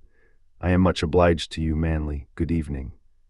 So we went on, John chuckling all the way home. Then he told James about it, who laughed and said, Serve him right. I knew that boy at school. He took great airs on himself because he was a farmer's son. He used to swagger about and bully the little boys. Of course, we elder ones would not have any of that nonsense, and let him know that in the school and the playground farmers' sons and laborers' sons were all alike. I well remember one day, just before afternoon school, I found him at the large window catching flies and pulling off their wings. He did not see me, and I gave him a box on the ears that laid him sprawling on the floor. Well, angry as I was almost frightened. He roared and bellowed in such a style. The boys rushed in from the playground, and the master ran in from the road to see who was being murdered. Of course I said fair and square at once what I had done, and why. Then I showed the master the flies, some crushed and some crawling about helpless, and I showed him the wings on the window sill. I never saw him so angry before, but as Bill was still howling and whining like the coward that he was, he did not give him any more punishment of that kind, but set him up on a stool for the rest of the afternoon, and said that he should not go out to play for that week. Then he talked to all the boys very seriously about cruelty, and said how hard-hearted and cowardly it was to hurt the weak and the helpless.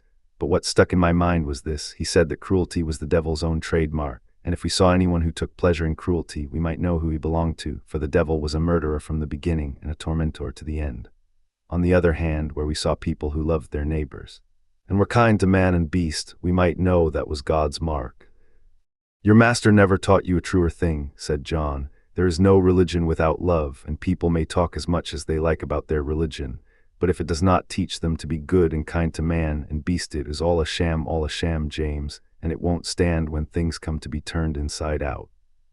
14. James Howard. Early one morning in December, John had just led me into my box after my daily exercise and was strapping my cloth on, and James was coming in from the corn chamber with some oats when the master came into the stable. He looked rather serious and held an open letter in his hand. John fastened the door of my box, touched his cap, and waited for orders. Good morning, John, said the master. I want to know if you have any complaint to make of James. Complaint, sir? No, sir.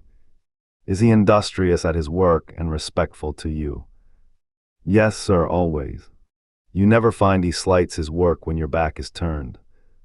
Never, sir. That's well, but I must put another question. Have you no reason to suspect, when he goes out with the horses to exercise them or to take a message, that he stops about talking to his acquaintances, or goes into houses where he has no business, leaving the horses outside? No, sir, certainly not, and if anybody has been saying that about James, I don't believe it, and I don't mean to believe it unless I have it fairly proved before witnesses. It's not for me to say who has been trying to take away James' character, but I will say this, sir, that a steadier, pleasanter, honester, smarter young fellow I never had in this stable. I can trust his word and I can trust his work. He is gentle and clever with the horses, and I would rather have them in charge with him than with half the young fellows I know of in laced hats and liveries. And whoever wants a character of James Howard, said John, with a decided jerk of his head, let them come to John Manly. The master stood all this time grave and attentive, but as John finished his speech a broad smile spread over his face, and looking kindly across at James, who all this time had stood still at the door, he said, "James, my lad, set down the oats and come here. I am very glad to find that John's opinion of your character agrees so exactly with my own. John is a cautious man," he said with a droll smile, "and it is not always easy to get his opinion about people. So I thought if I beat the bush on this side the birds would fly out, and I should learn what I wanted to know quickly, so now we will come to business. I have a letter from my brother-in-law, Sir Clifford Williams of Clifford Hall. He wants me to find him a trustworthy young groom, about 20 or 21, who knows his business. His old coachman, who has lived with him 30 years, is getting feeble, and he wants a man to work with him and get into his ways, who would be able, when the old man was pensioned off, to step into his place. He would have 18 shillings a week at first, a stable suit, a driving suit, a bedroom over the coach house, and a boy under him. Sir Clifford is a good master, and if you could get the place it would be a good start for you. I don't want to part with you. And if you left us, I know John would lose his right hand." "That I should, sir," said John, "but I would not stand in his light for the world." "How old are you, James?" said master. 19 next May, sir." "That's young, what do you think, John?" "Well, sir, it is young, but he is as steady as a man and is strong and well grown, and though he has not had much experience in driving, he has a light, firm hand and a quick eye, and he is very careful, and I am quite sure no horse of his will be ruined for want of having his feet and shoes looked after." "Your word will go the furthest, John," said the master, for Sir Clifford adds in a postscript, "If I could find a man trained by your John, I should like him better than any other. So, James, lad, think it over, talk to your mother at dinner time, and then let me know what you wish." In a few days after this conversation it was fully settled that James should go to Clifford Hall in a month or 6 weeks as it suited his master, and in the meantime he was to get all the practice in driving that could be given to him. I never knew the carriage to go out so often before. When the mistress did not go out, the master drove himself in the 2-wheeled chaise, but now, whether it was master or the young ladies, or only an errand, Ginger and I were put in the carriage and James drove us. At the first John rode with him on the box, telling him this and that, and after that James drove alone. Then it was wonderful what a number of places the master would go to in the city on Saturday, and what queer streets we were driven through. He was sure to go to the railway station just as the train was coming in, and cabs and carriages, carts and omnibuses were all trying to get over the bridge together. That bridge wanted good horses and good drivers when the railway bell was ringing, for it was narrow and there was a very sharp turn up to the station, where it would not have been at all difficult for people to run into each other if they did not look sharp and keep their wits about them. 15. The Old Hostler. After this it was decided by my master and mistress to pay a visit to some friends who lived about 46 miles from our home, and James was to drive them.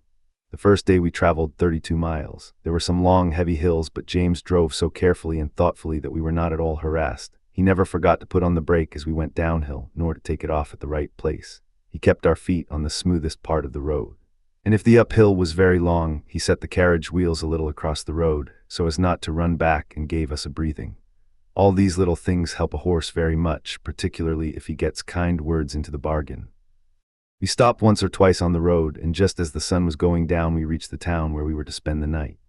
We stopped at the principal hotel, which was in the marketplace. It was a very large one. We drove under an archway into a long yard, at the further end of which were the stables and coach houses. 2 hostlers came to take us out. The head hostler was a pleasant, active little man with a crooked leg and a yellow striped waistcoat. I never saw a man unbuckle harness so quickly as he did, and with a pat and a good word he led me to a long stable, with 6 or 8 stalls in it and 2 or 3 horses.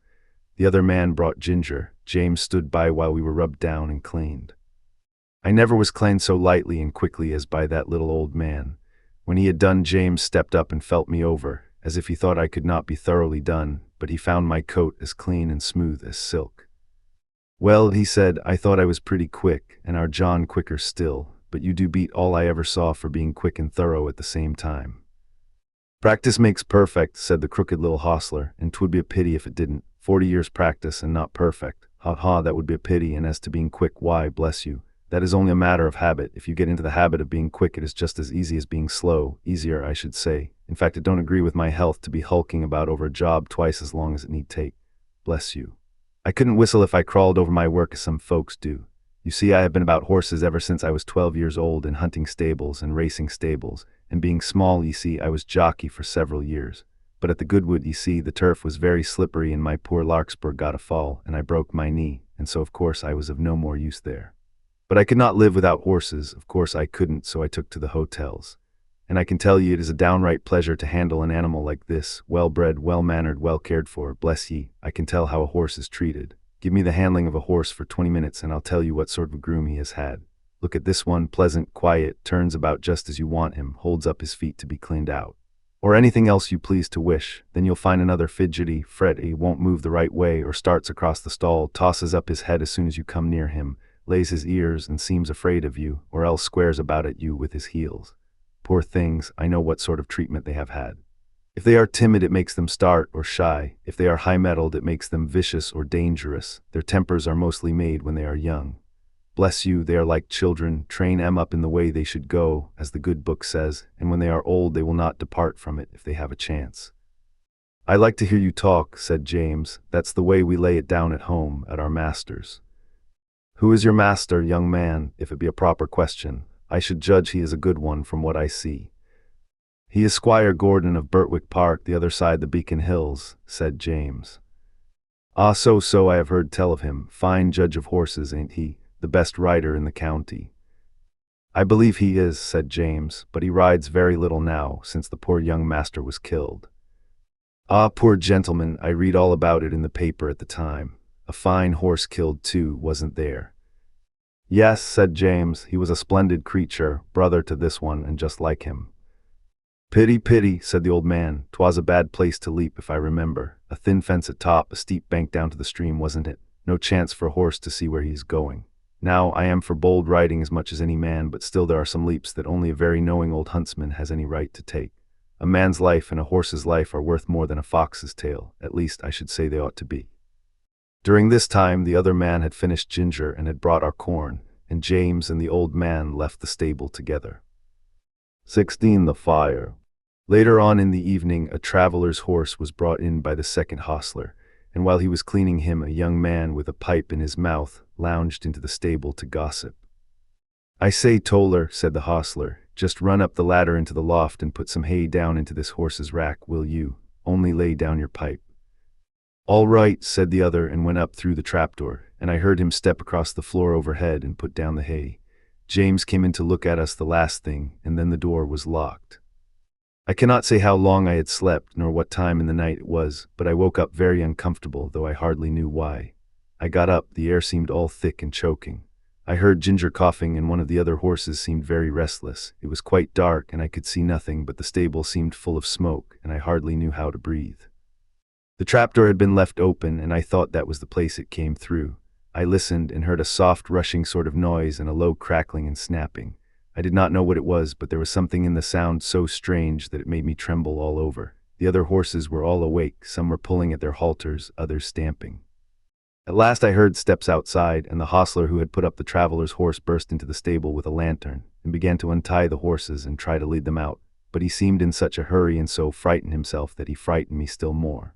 The first horse would not go with him. He tried the second and third, and they too would not stir. He came to me next and tried to drag me out of the stall by force. Of course, that was no use. He tried us all by turns and then left the stable. No doubt we were very foolish, but danger seemed to be all round, and there was nobody we knew to trust in, and all was strange and uncertain. The fresh air that had come in through the open door made it easier to breathe, but the rushing sound overhead grew louder, and as I looked upward through the bars of my empty rack, I saw a red light flickering on the wall. Then I heard a cry of fire. Outside, and the old hostler quietly and quickly came in. He got one horse out, and went to another, but the flames were playing round the trapdoor, and the roaring overhead was dreadful.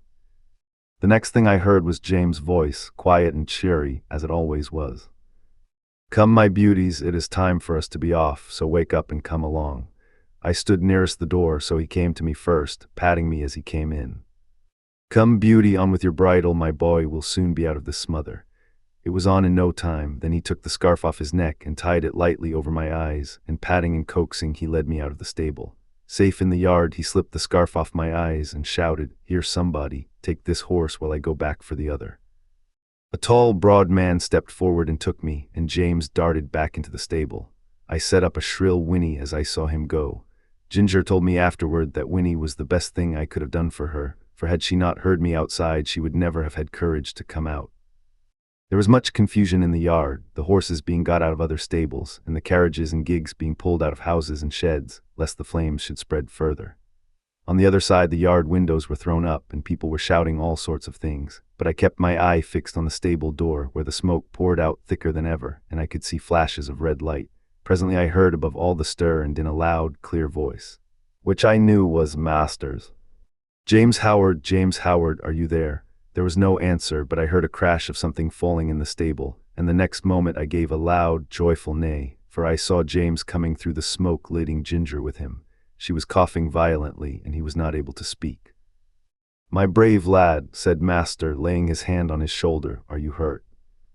James shook his head, for he could not yet speak. "Aye," said the big man who held me, "he is a brave lad, and no mistake." "And now," said Master, "when you have got your breath, James, we'll get out of this place as quickly as we can." And we were moving toward the entry, when from the marketplace there came a sound of galloping feet and loud rumbling wheels. "'Tis the fire engine, shouted 2 or 3 voices. "Stand back, make way." And clattering and thundering over the stones, 2 horses dashed into the yard with a heavy engine behind them. The firemen leaped to the ground. There was no need to ask where the fire was. It was rolling up in a great blaze from the roof. We got out as fast as we could into the broad, quiet marketplace. The stars were shining, and except the noise behind us, all was still. Master led the way to a large hotel on the other side, and as soon as the hostler came, he said, "James, I must now hasten to your mistress. I trust the horses entirely to you. Order whatever you think is needed." And with that he was gone. The master did not run, but I never saw mortal man walk so fast as he did that night. There was a dreadful sound before we got into our stalls, the shrieks of those poor horses that were left burning to death in the stable. It was very terrible, and made both Ginger and me feel very bad. We, however, were taken in and well done by. The next morning the master came to see how we were and to speak to James. I did not hear much, for the hostler was rubbing me down, but I could see that James looked very happy, and I thought the master was proud of him. Our mistress had been so much alarmed in the night that the journey was put off till the afternoon, so James had the morning on hand and went first to the inn to see about our harness and the carriage, and then to hear more about the fire. When he came back, we heard him tell the hostler about it. At first no one could guess how the fire had been caused, but at last a man said he saw Dick Toller go into the stable with a pipe in his mouth, and when he came out he had not one, and went to the tap for another. Then the under hostler said he had asked Dick to go up the ladder to put down some hay, but told him to lay down his pipe first. Dick denied taking the pipe with him, but no one believed him. I remember our John Manley's rule, never to allow a pipe in the stable, and thought it ought to be the rule everywhere. James said the roof and floor had all fallen in, and that only the black walls were standing. The 2 poor horses that could not be got out were buried under the burnt rafters and tiles. 17. John Manley's talk. The rest of our journey was very easy, and a little after sunset we reached the house of my master's friend. We were taken into a clean, snug stable. There was a kind coachman who made us very comfortable, and who seemed to think a good deal of James when he heard about the fire. "There is one thing quite clear, young man," he said. "Your horses know who they can trust. It is one of the hardest things in the world to get horses out of a stable when there is either fire or flood. I don't know why they won't come out, but they won't, not 1 in 20. We stopped 2 or 3 days at this place and then returned home. All went well on the journey. We were glad to be in our own stable again, and John was equally glad to see us. Before he and James left us for the night, James said, "I wonder who is coming in my place." "Little Joe Green at the lodge," said John. "Little Joe Green, why, he's a child." "He is 14 and a half, said John.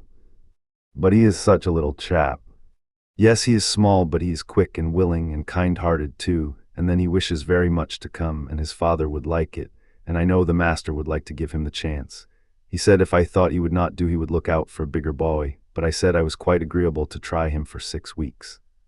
6 weeks, said James. Why, it will be 6 months before he can be of much use. It will make you a deal of work, John. Well, said John with a laugh, work and I are very good friends. I never was afraid of work yet.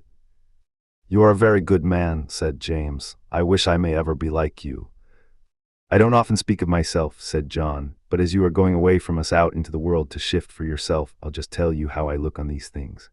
I was just as old as Joseph when my father and mother died of the fever within 10 days of each other, and left me and my crippled sister Nellie alone in the world, without a relation that we could look to for help. I was a farmer's boy, not earning enough to keep myself, much less both of us. And she must have gone to the workhouse but for our mistress. Nellie calls her angel, and she has good right to do so. She went and hired a room for her with old widow Mallet, and she gave her knitting and needlework when she was able to do it, and when she was ill she sent her dinners and many nice, comfortable things, and was like a mother to her. Then the master he took me into the stable under old Norman, the coachman that was then. I had my food at the house and my bed in the loft and a suit of clothes and 3 shillings a week so that I could help Nellie. Then there was Norman. He might have turned round and said at his age he could not be troubled with a raw boy from the plough-tail, but he was like a father to me and took no end of pains with me. When the old man died some years after I stepped into his place, and now of course I have top wages and can lay by for a rainy day or a sunny day as it may happen, and Nellie is as happy as a bird. So you see, James, I am not the man that should turn up his nose at a little boy and vex a good, kind master. No, no. I shall miss you very much, James, but we shall pull through, and there's nothing like doing a kindness when 'tis put in your way, and I am glad I can do it. Then, said James, you don't hold with that saying, everybody look after himself, and take care of number one. No, indeed, said John, where should I and Nellie have been if master and mistress and old Norman had only taken care of number one? Why, she in the workhouse and I hoeing turnips. Where would Black Beauty and Ginger have been if you had only thought of number one? Why, roasted to death. No, Jim, no. That is a selfish, heathenish saying, whoever uses it. And any man who thinks he has nothing to do but take care of number one, why? It's a pity but what he had been drowned like a puppy or a kitten before he got his eyes open. That's what I think, said John, with a very decided jerk of his head. James laughed at this, but there was a thickness in his voice when he said, you have been my best friend except my mother. I hope you won't forget me. No, lad, no, said John, and if ever I can do you a good turn, I hope you won't forget me. The next day Joe came to the stables to learn all he could before James left. He learned to sweep the stable, to bring in the straw and hay. He began to clean the harness and help to wash the carriage. As he was quite too short to do anything in the way of grooming Ginger and me, James taught him upon Merrylegs, for he was to have full charge of him under John. He was a nice little bright fellow and always came whistling to his work. Merrylegs was a good deal put out at being mauled about, as he said, by a boy who knew nothing, but toward the end of the second week he told me confidentially that he thought the boy would turn out well.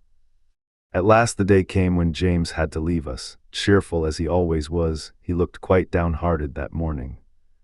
You see, he said to John, I am leaving a great deal behind, my mother and Betsy and you and a good master and mistress and then the horses and my old Merrylegs. At the new place there will not be a soul that I shall know. If it were not that I shall get a higher place and be able to help my mother better, I don't think I should have made up my mind to it. It is a real pinch, John. Aye, James, lad, so it is, but I should not think much of you if you could leave your home for the first time and not feel it. Cheer up, you'll make friends there, and if you get on well, as I am sure you will, it will be a fine thing for your mother, and she will be proud enough that you have got into such a good place as that.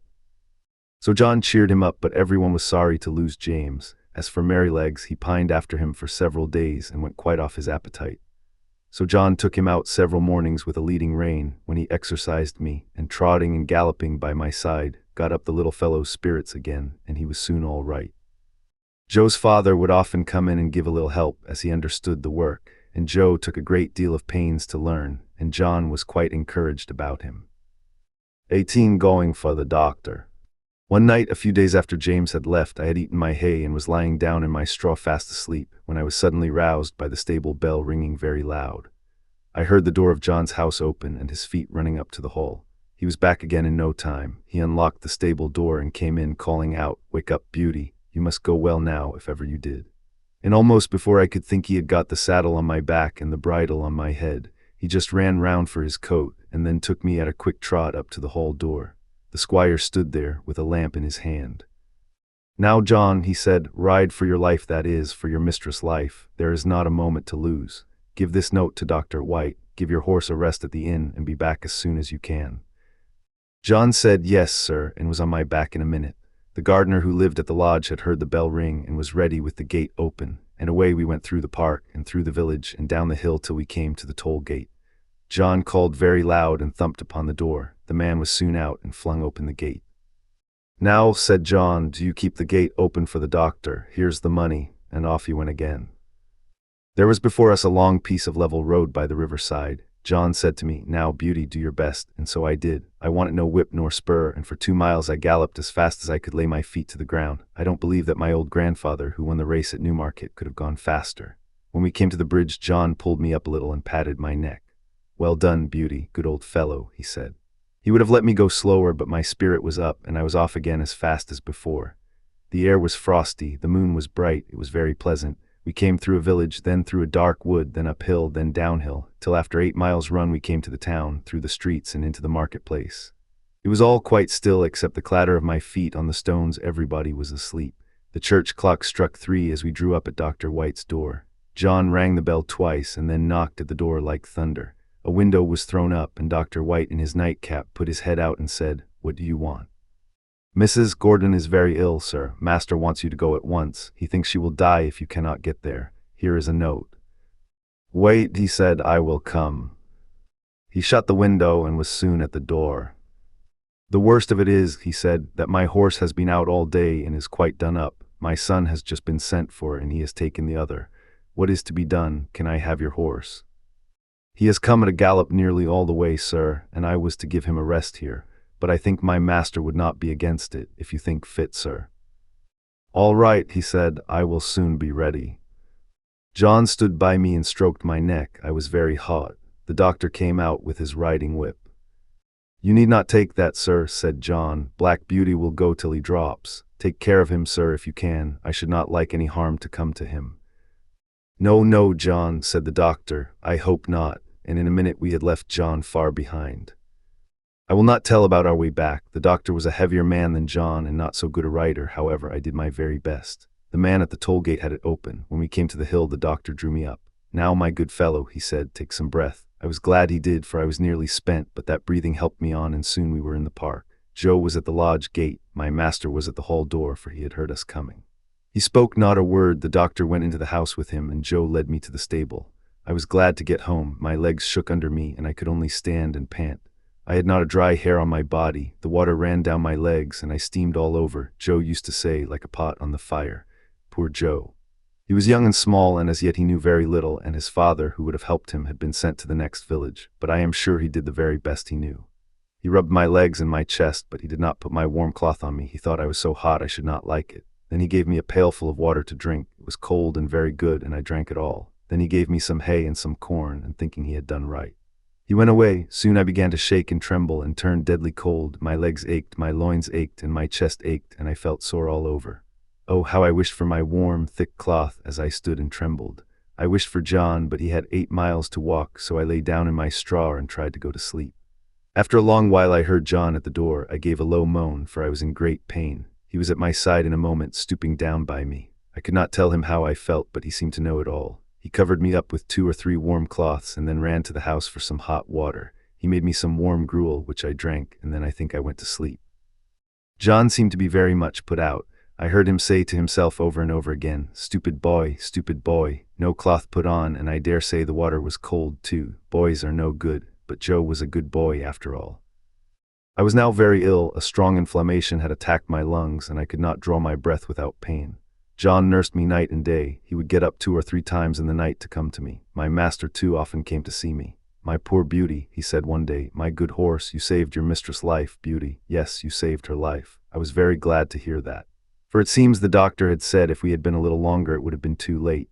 John told my master he never saw a horse go so fast in his life. It seemed as if the horse knew what was the matter. Of course I did, though John thought not. At least I knew as much as this, that John and I must go at the top of our speed, and that it was for the sake of the mistress. 19 only ignorance. I do not know how long I was ill. Mr. Bond, the horse doctor, came every day. One day he bled me. John held a pail for the blood. I felt very faint after it and thought I should die, and I believe they all thought so too. Ginger and Merrylegs had been moved into the other stable so that I might be quiet, for the fever made me very quick of hearing. Any little noise seemed quite loud, and I could tell everyone's footstep going to and from the house. I knew all that was going on. One night John had to give me a draught. Thomas Green came in to help him. After I had taken it and John had made me as comfortable as he could, he said he should stay half an hour to see how the medicine settled. Thomas said he would stay with him, so they went and sat down on a bench that had been brought into Merryleg's stall, and put down the lantern at their feet, that I might not be disturbed with the light. For a while both men sat silent, and then Tom Green said in a low voice, "I wish, John, you'd say a bit of a kind word to Joe. The boy is quite broken-hearted. He can't eat his meals and he can't smile." He says he knows it was all his fault, though he is sure he did the best he knew, and he says if Beauty dies, no one will ever speak to him again. It goes to my heart to hear him. I think you might give him just a word. He is not a bad boy." After a short pause, John said slowly, "You must not be too hard upon me, Tom. I know he meant no harm. I never said he did. I know he is not a bad boy. But you see, I am sore myself. That horse is the pride of my heart, to say nothing of his being such a favorite with the master and mistress, and to think that his life may be flung away in this manner is more than I can bear. But if you think I am hard on the boy, I will try to give him a good word tomorrow, that is, I mean if Beauty is better." "Well, John, thank you. I knew you did not wish to be too hard, and I am glad you see it was only ignorance." John's voice almost startled me as he answered, only ignorance, only ignorance. How can you talk about only ignorance? Don't you know that it is the worst thing in the world next to wickedness, and which does the most mischief, heaven only knows? If people can say, 'Oh, I did not know, I did not mean any harm,' they think it is all right. I suppose Martha Mulwash did not mean to kill that baby when she dosed it with Dalby and soothing syrups, but she did kill it and was tried for manslaughter." "And serve her right, too," said Tom. "A woman should not undertake to nurse a tender little child without knowing what is good and what is bad for it." "Bill Starkey," continued John, "did not mean to frighten his brother into fits when he dressed up like a ghost and ran after him in the moonlight. But he did, and that bright, handsome little fellow that might have been the pride of any mother's heart is just no better than an idiot, and never will be if he lives to be 80 years old. You were a good deal cut up yourself, Tom, 2 weeks ago when those young ladies left your hothouse door open, with a frosty east wind blowing right in. You said it killed a good many of your plants." "A good many," said Tom. "There was not one of the tender cuttings that was not nipped off. I shall have to strike all over again, and the worst of it is that I don't know where to go to get fresh ones. I was nearly mad when I came in and saw what was done." "And yet," said John, "I am sure the young ladies did not mean it. It was only ignorance."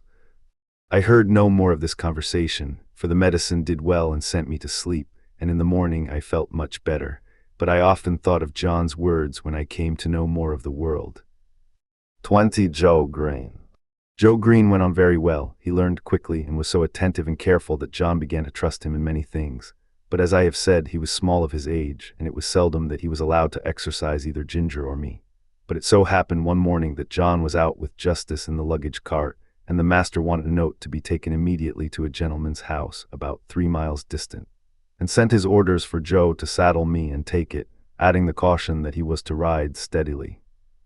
The note was delivered, and we were quietly returning when we came to the brick field. Here we saw a cart heavily laden with bricks. The wheels had stuck fast in the stiff mud of some deep ruts, and the carter was shouting and flogging the 2 horses unmercifully. Joe pulled up. It was a sad sight. There were the 2 horses straining and struggling with all their might to drag the cart out, but they could not move it. The sweat streamed from their legs and flanks, their sides heaved, and every muscle was strained, while the man, fiercely pulling at the head of the 4-horse, swore and lashed most brutally. "Hold hard," said Joe. "Don't go on flogging the horses like that. The wheels are so stuck that they cannot move the cart." The man took no heed, but went on lashing. "Stop, pray stop," said Joe. "I'll help you to lighten the cart. They can't move it now." "Mind your own business, you impudent young rascal, and I'll mind mine." The man was in a towering passion and the worse for drink, and laid on the whip again. Joe turned my head, and the next moment we were going at a round gallop toward the house of the master brickmaker.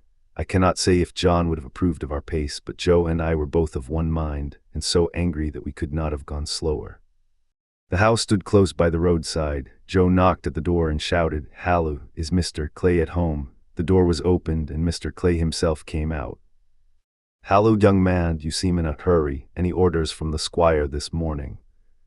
"No, Mr. Clay, but there's a fellow in your brickyard flogging 2 horses to death. I told him to stop, and he wouldn't. I said I'd help him to lighten the cart, and he wouldn't, so I have come to tell you. Pray, sir, go." Joe's voice shook with excitement. "Thank ye, my lad," said the man, running in for his hat, then pausing for a moment. "Will you give evidence of what you saw if I should bring the fellow up before a magistrate?" "That I will," said Joe, and glad too. The man was gone, and we were on our way home at a smart trot. "Why, what's the matter with you, Joe? You look angry all over," said John, as the boy flung himself from the saddle. "I am angry all over, I can tell you," said the boy, and then in hurried, excited words he told all that had happened. Joe was usually such a quiet, gentle little fellow that it was wonderful to see him so roused.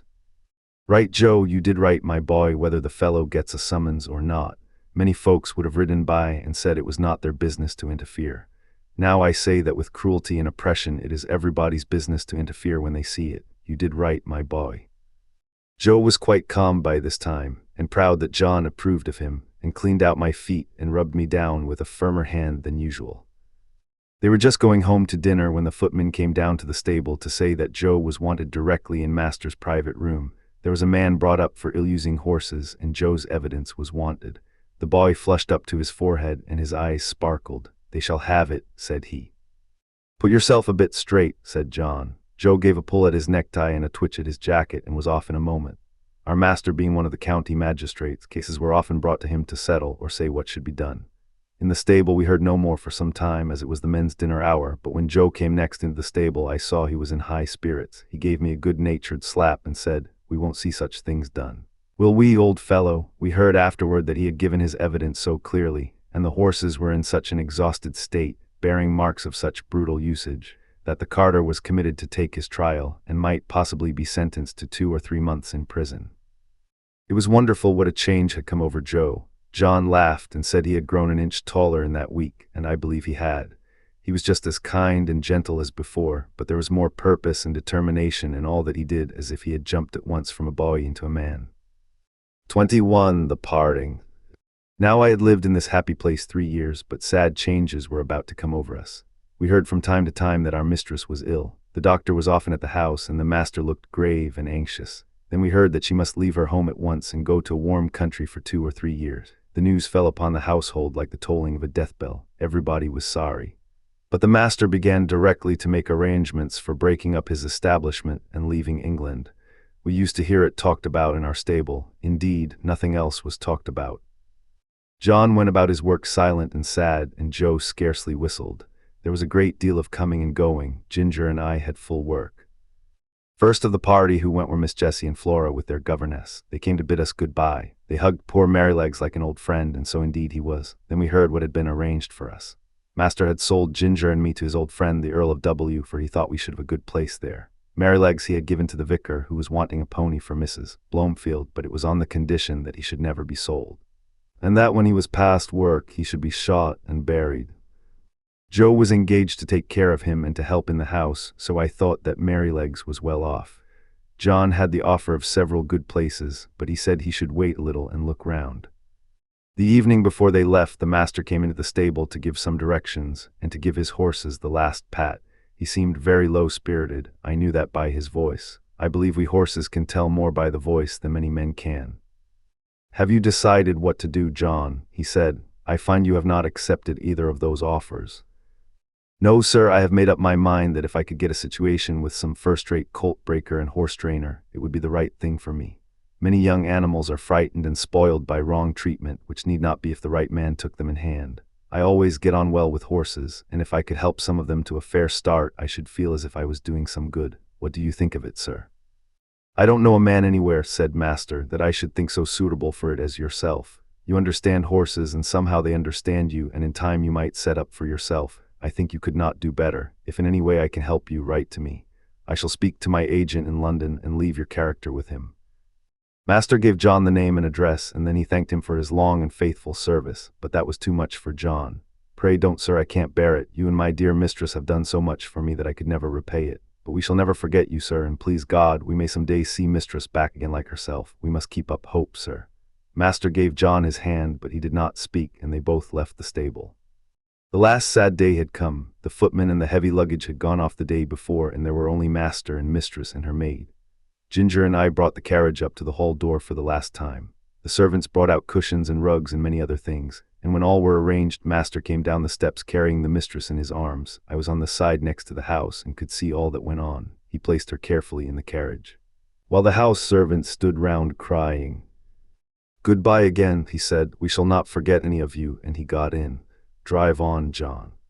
Joe jumped up, and we trotted slowly through the park and through the village, where the people were standing at their doors to have a last look and to say, "God bless them."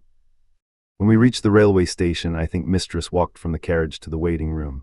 I heard her say in her own sweet voice, "Goodbye, John, God bless you." I felt the rein twitch, but John made no answer. Perhaps he could not speak. As soon as Joe had taken the things out of the carriage, John called him to stand by the horses while he went on the platform. Poor Joe, he stood close up to our heads to hide his tears. Very soon the train came puffing up into the station. Then 2 or 3 minutes and the doors were slammed to, the guard whistled, and the train glided away, leaving behind it only clouds of white smoke and some very heavy hearts. When it was quite out of sight, John came back. "We shall never see her again," he said, "never." He took the reins, mounted the box, and with Joe drove slowly home, but it was not our home now. Part Roman 2. 22 Earlshall. The next morning after breakfast, Joe put Merrylegs into the Mistress Low chaise to take him to the vicarage. He came first and said good-bye to us, and Merrylegs neighed to us from the yard. Then John put the saddle on Ginger and the leading rein on me, and rode us across the country about 15 miles to Earlshall Park, where the Earl of W. lived. There was a very fine house and a great deal of stabling. We went into the yard through a stone gateway. And John asked for Mr. York. It was some time before he came. He was a fine-looking, middle-aged man, and his voice said at once that he expected to be obeyed. He was very friendly and polite to John, and after giving us a slight look, he called a groom to take us to our boxes and invited John to take some refreshment. We were taken to a light, airy stable and placed in boxes adjoining each other, where we were rubbed down and fed. In about half an hour, John and Mr. York, who was to be our new coachman, came in to see us. "Now, Mr. Manley," he said, after carefully looking at us both, "I can see no fault in these horses, but we all know that horses have their peculiarities as well as men, and that sometimes they need different treatment. I should like to know if there is anything particular in either of these that you would like to mention." "Well," said John, "I don't believe there is a better pair of horses in the country, and right grieved I am to part with them, but they are not alike. The black one is the most perfect temper I ever knew. I suppose he has never known a hard word or a blow since he was foaled, and all his pleasure seems to be to do what you wish. But the chestnut, I fancy, must have had bad treatment. We heard as much from the dealer. She came to us snappish and suspicious. But when she found what sort of place ours was, it all went off by degrees. For 3 years I have never seen the smallest sign of temper, and if she is well treated, there is not a better, more willing animal than she is. But she is naturally a more irritable constitution than the black horse. Flies tease her more, anything wrong in the harness frets her more, and if she were ill-used or unfairly treated, she would not be unlikely to give tit for tat. You know that many high-mettled horses will do so." "Of course," said York, "I quite understand, but you know it is not easy in stables like these to have all the grooms just what they should be. I do my best, and there I must leave it. I'll remember what you have said about the mare."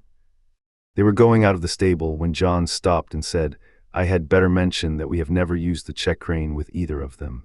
The black horse never had one on, and the dealer said it was the gag bit that spoiled the other's temper."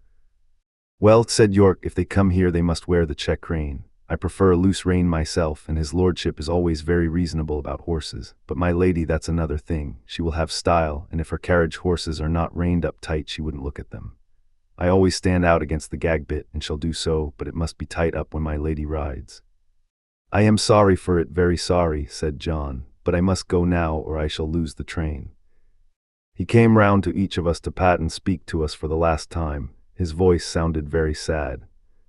I held my face close to him. That was all I could do to say good-bye, and then he was gone, and I have never seen him since. The next day Lord W. came to look at us. He seemed pleased with our appearance. "I have great confidence in these horses," he said, "from the character my friend Mr. Gordon has given me of them. Of course they are not a match in color, but my idea is that they will do very well for the carriage while we are in the country. Before we go to London I must try to match Baron. The black horse, I believe, is perfect for riding." York then told him what John had said about us. "Well," said he, "you must keep an eye to the mare and put the check rein easy. I dare say they will do very well with a little humoring at first. I'll mention it to your lady." In the afternoon we were harnessed and put in the carriage, and as the stable clock struck 3 we were led round to the front of the house. It was all very grand, and 3 or 4 times as large as the old house at Birtwick, but not half so pleasant if a horse may have an opinion. 2 footmen were standing ready, dressed in drab livery, with scarlet breeches and white stockings. Presently we heard the rustling sound of silk as my lady came down the flight of stone steps. She stepped round to look at us. She was a tall, proud-looking woman, and did not seem pleased about something, but she said nothing and got into the carriage. This was the first time of wearing a check rein, and I must say, though it certainly was a nuisance not to be able to get my head down now and then, it did not pull my head higher than I was accustomed to carry it. I felt anxious about Ginger, but she seemed to be quiet and content. The next day at 3 o'clock we were again at the door, and the footmen as before. We heard the silk dress rustle and the lady came down the steps, and in an imperious voice she said, "York, you must put those horses' heads higher. They are not fit to be seen." York got down and said very respectfully, "I beg your pardon, my lady, but these horses have not been reined up for 3 years, and my lord said it would be safer to bring them to it by degrees, but if your ladyship pleases, I can take them up a little more." "Do so," she said.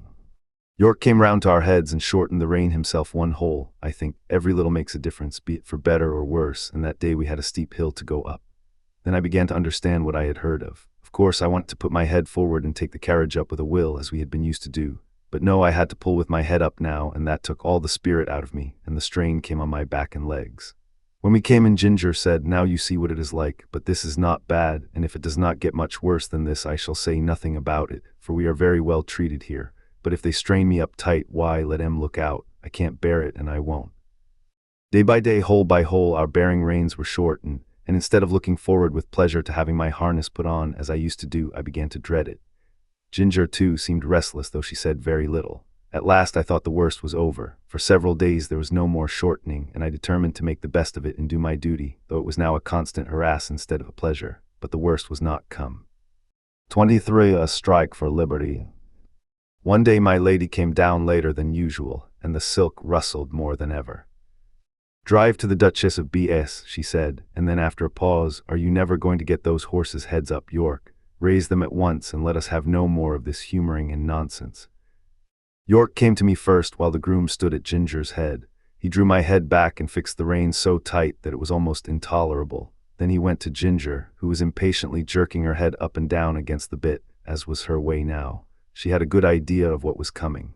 And the moment York took the rein off the terret in order to shorten it, she took her opportunity and reared up so suddenly that York had his nose roughly hit and his hat knocked off. The groom was nearly thrown off his legs. At once they both flew to her head, but she was a match for them and went on plunging, rearing, and kicking in a most desperate manner.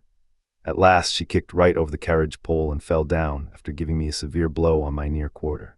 There is no knowing what further mischief she might have done had not York promptly sat himself down flat on her head to prevent her struggling, at the same time calling out, "Unbuckle the black horse. Run for the winch and unscrew the carriage pole. Cut the trace here, somebody, if you can't unhitch it." One of the footmen ran for the winch, and another brought a knife from the house. The groom soon set me free from Ginger and the carriage and led me to my box. He just turned me in as I was and ran back to York. I was much excited by what had happened, and if I had ever been used to kick or rear, I am sure I should have done it then. But I never had, and there I stood, angry, sore in my leg, my head still strained up to the terret on the saddle, and no power to get it down. I was very miserable, and felt much inclined to kick the first person who came near me. Before long, however, Ginger was led in by 2 grooms, a good deal knocked about and bruised. York came with her and gave his orders, and then came to look at me. In a moment he let down my head. "Confound these check reins," he said to himself. "I thought we should have some mischief soon. Master will be sorely vexed. But there, if a woman's husband can't rule her, of course a servant can't, so I wash my hands of it, and if she can't get to the Duchess garden party, I can't help it." York did not say this before the men. He always spoke respectfully when they were by. Now he felt me all over, and soon found the place above my hock where I had been kicked. It was swelled and painful. He ordered it to be sponged with hot water, and then some lotion was put on. Lord W. was much put out when he learned what had happened. He blamed York for giving way to his mistress, to which he replied that in future he would much prefer to receive his orders only from his lordship, but I think nothing came of it, for things went on the same as before. I thought York might have stood up better for his horses, but perhaps I am no judge. Ginger was never put into the carriage again, but when she was well of her bruises, one of the Lord W.'s younger sons said he should like to have her. He was sure she would make a good hunter. As for me, I was obliged still to go in the carriage, and had a fresh partner called Max. He had always been used to the tight rein. I asked him how it was he bore it. "Well," he said, "I bear it because I must, but it is shortening my life, and it will shorten yours too if you have to stick to it." "Do you think," I said, "that our masters know how bad it is for us?" "I can't say," he replied, "but the dealers and the horse doctors know it very well. I was at dealer's once, who was training me and another horse to go as a pair. He was getting our heads up, as he said, a little higher and a little higher every day. A gentleman who was there asked him why he did so, because, said he, people won't buy them unless we do. The London people always want their horses to carry their heads high and to step high. Of course it is very bad for the horses, but then it is good for trade. The horses soon wear up or get diseased and they come for another pair. "That," said Max, "is what he said in my hearing, and you can judge for yourself." What I suffered with that rain for 4 long months in my lady's carriage it would be hard to describe, but I am quite sure that, had it lasted much longer, either my health or my temper would have given way. Before that I never knew what it was to foam at the mouth, but now the action of the sharp bit on my tongue and jaw and the constrained position of my head and throat always caused me to froth at the mouth more or less. Some people think it very fine to see this and say, "What fine-spirited creatures," but it is just as unnatural for horses as for men to foam at the mouth. It is a sure sign of some discomfort and should be attended to. Besides this, there was a pressure on my windpipe which often made my breathing very uncomfortable. When I returned from my work, my neck and chest were strained and painful, my mouth and tongue tender, and I felt worn and depressed.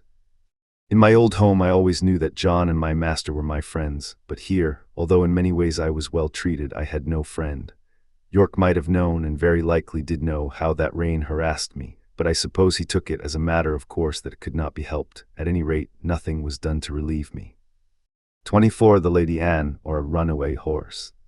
Early in the spring, Lord W. and part of his family went up to London and took York with them. I and Ginger and some other horses were left at home for use, and the head groom was left in charge. The Lady Harriet, who remained at the hall, was a great invalid and never went out in the carriage, and the Lady Anne preferred riding on horseback with her brother or cousins. She was a perfect horsewoman and as gay and gentle as she was beautiful. She chose me for her horse and named me Black Auster. I enjoyed these rides very much in the clear cold air, sometimes with Ginger, sometimes with Lizzie. This Lizzie was a bright bay mare, almost thoroughbred, and a great favorite with the gentlemen on account of her fine action and lively spirit, but Ginger, who knew more of her than I did, told me she was rather nervous. There was a gentleman of the name of Blantyre staying at the hall. He always rode Lizzie, and praised her so much that one day Lady Anne ordered the side saddle to be put on her, and the other saddle on me. When we came to the door, the gentleman seemed very uneasy. "How is this?" he said. "Are you tired of your good Black Auster?" "Oh no, not at all," she replied, "but I am amiable enough to let you ride him for once, and I will try your charming Lizzie. You must confess that in size and appearance she is far more like a lady's horse than my own favorite." "Do let me advise you not to mount her," he said. "She is a charming creature, but she is too nervous for a lady. I assure you she is not perfectly safe. Let me beg you to have the saddles changed." "My dear cousin," said Lady Anne, laughing, "pray do not trouble your good careful head about me. I have been a horsewoman ever since I was a baby, and I have followed the hounds a great many times, though I know you do not approve of ladies hunting, but still that is the fact, and I intend to try this Lizzie that you gentlemen are all so fond of, so please help me to mount, like a good friend as you are." There was no more to be said. He placed her carefully on the saddle, looked to the bit and curb, gave the reins gently into her hand, and then mounted me.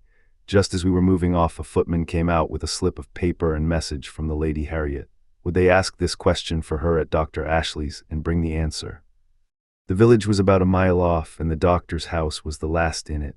We went along gaily enough till we came to his gate. There was a short drive up to the house between tall evergreens. Blantyre alighted at the gate and was going to open it for Lady Anne, but she said, "I will wait for you here, and you can hang Auster's rein on the gate."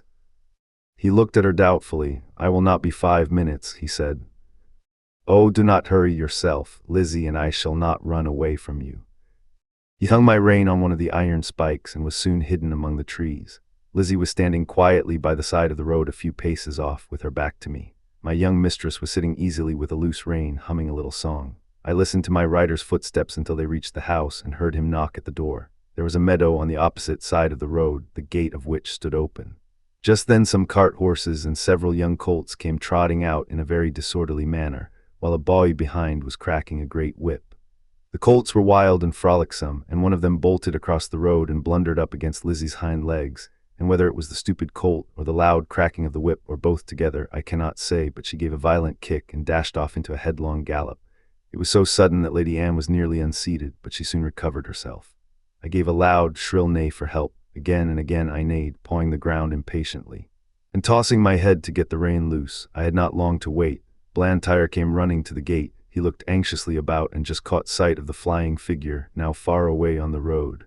In an instant he sprang to the saddle. I needed no whip, no spur, for I was as eager as my rider. He saw it, and giving me a free rein, and leaning a little forward, we dashed after them. For about 1.5 miles the road ran straight and then bent to the right, after which it divided into 2 roads. Long before we came to the bend, she was out of sight. Which way had she turned? A woman was standing at her garden gate, shading her eyes with her hand and looking eagerly up the road. Scarcely drawing the rein, Blantyre shouted, "Which way?" "To the right," cried the woman, pointing with her hand, and away we went up the right-hand road. Then for a moment we caught sight of her, another bend, and she was hidden again. Several times we caught glimpses and then lost them. We scarcely seemed to gain ground upon them at all. An old road mender was standing near a heap of stones, his shovel dropped and his hands raised. As we came near, he made a sign to speak. Blantyre drew the rein a little. To the common, sir, she has turned off there." I knew this common very well. It was for the most part very uneven ground, covered with heather and dark green furze bushes, with here and there a scrubby old thorn tree. There were also open spaces of fine short grass, with ant hills and mole turns everywhere, the worst place I ever knew for a headlong gallop. We had hardly turned on the common when we caught sight again of the green habit flying on before us. My lady's hat was gone, and her long brown hair was streaming behind her. Her head and body were thrown back, as if she were pulling with all her remaining strength, and as if that strength were nearly exhausted. It was clear that the roughness of the ground had very much lessened Lizzie's speed, and there seemed a chance that we might overtake her. While we were on the high road, Blantyre had given me my head, but now, with a light hand and a practiced eye, he guided me over the ground in such a masterly manner that my pace was scarcely slackened, and we were decidedly gaining on them. About halfway across the heath there had been a wide dike recently cut, and the earth from the cutting was cast up roughly on the other side. Surely this would stop them, but no, with scarcely a pause Lizzie took the leap, stumbled among the rough clods and fell. Blantyre groaned, "Now, Auster, do your best." He gave me a steady rein. I gathered myself well together, and with one determined leap cleared both dike and bank. Motionless among the heather, with her face to the earth, lay my poor young mistress. Blantyre kneeled down and called her name. There was no sound. Gently he turned her face upward. It was ghastly white and the eyes were closed. "Annie, dear Annie, do speak," but there was no answer. He unbuttoned her habit, loosened her collar, felt her hands and wrists, then started up and looked wildly round him for help. At no great distance there were two men cutting turf, who, seeing Lizzie running wild without a rider, had left their work to catch her. Blantyre's halloo soon brought them to the spot. The foremost man seemed much troubled at the sight, and asked what he could do. "Can you ride?" "Well, sir, I bean't much of a horseman, but I'd risk my neck for the Lady Anne. She was uncommon good to my wife in the winter." "Then mount this horse, my friend, your neck will be quite safe, and ride to the doctor's and ask him to come instantly. Then on to the hall, tell them all that you know, and bid them send me the carriage, with Lady Anne's maid and help. I shall stay here." "All right, sir, I'll do my best, and I pray God the dear young lady may open her eyes soon." Then, seeing the other man, he called out, "Here, Joe, run for some water, and tell my missus to come as quick as she can to the Lady Anne." He then somehow scrambled into the saddle, and with a gee up and a clap on my sides with both his legs, he started on his journey, making a little circuit to avoid the dike.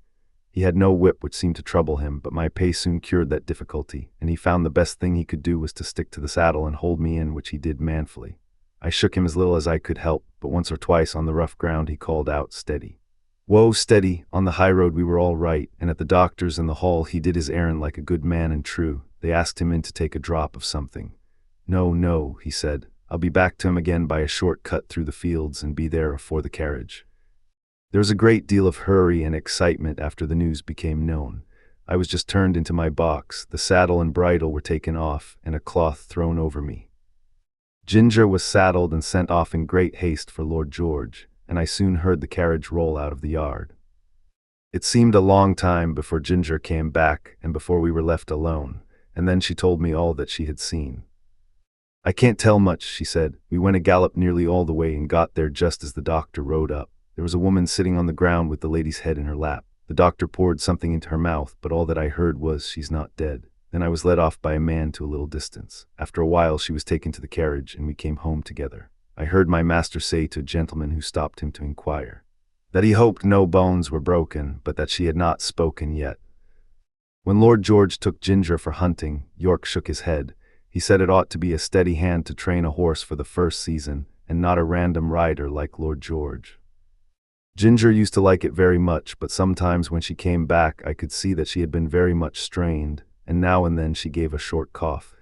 She had too much spirit to complain, but I could not help feeling anxious about her.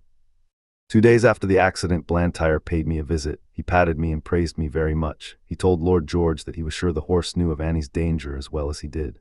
"I could not have held him in if I would," said he. "She ought never to ride any other horse."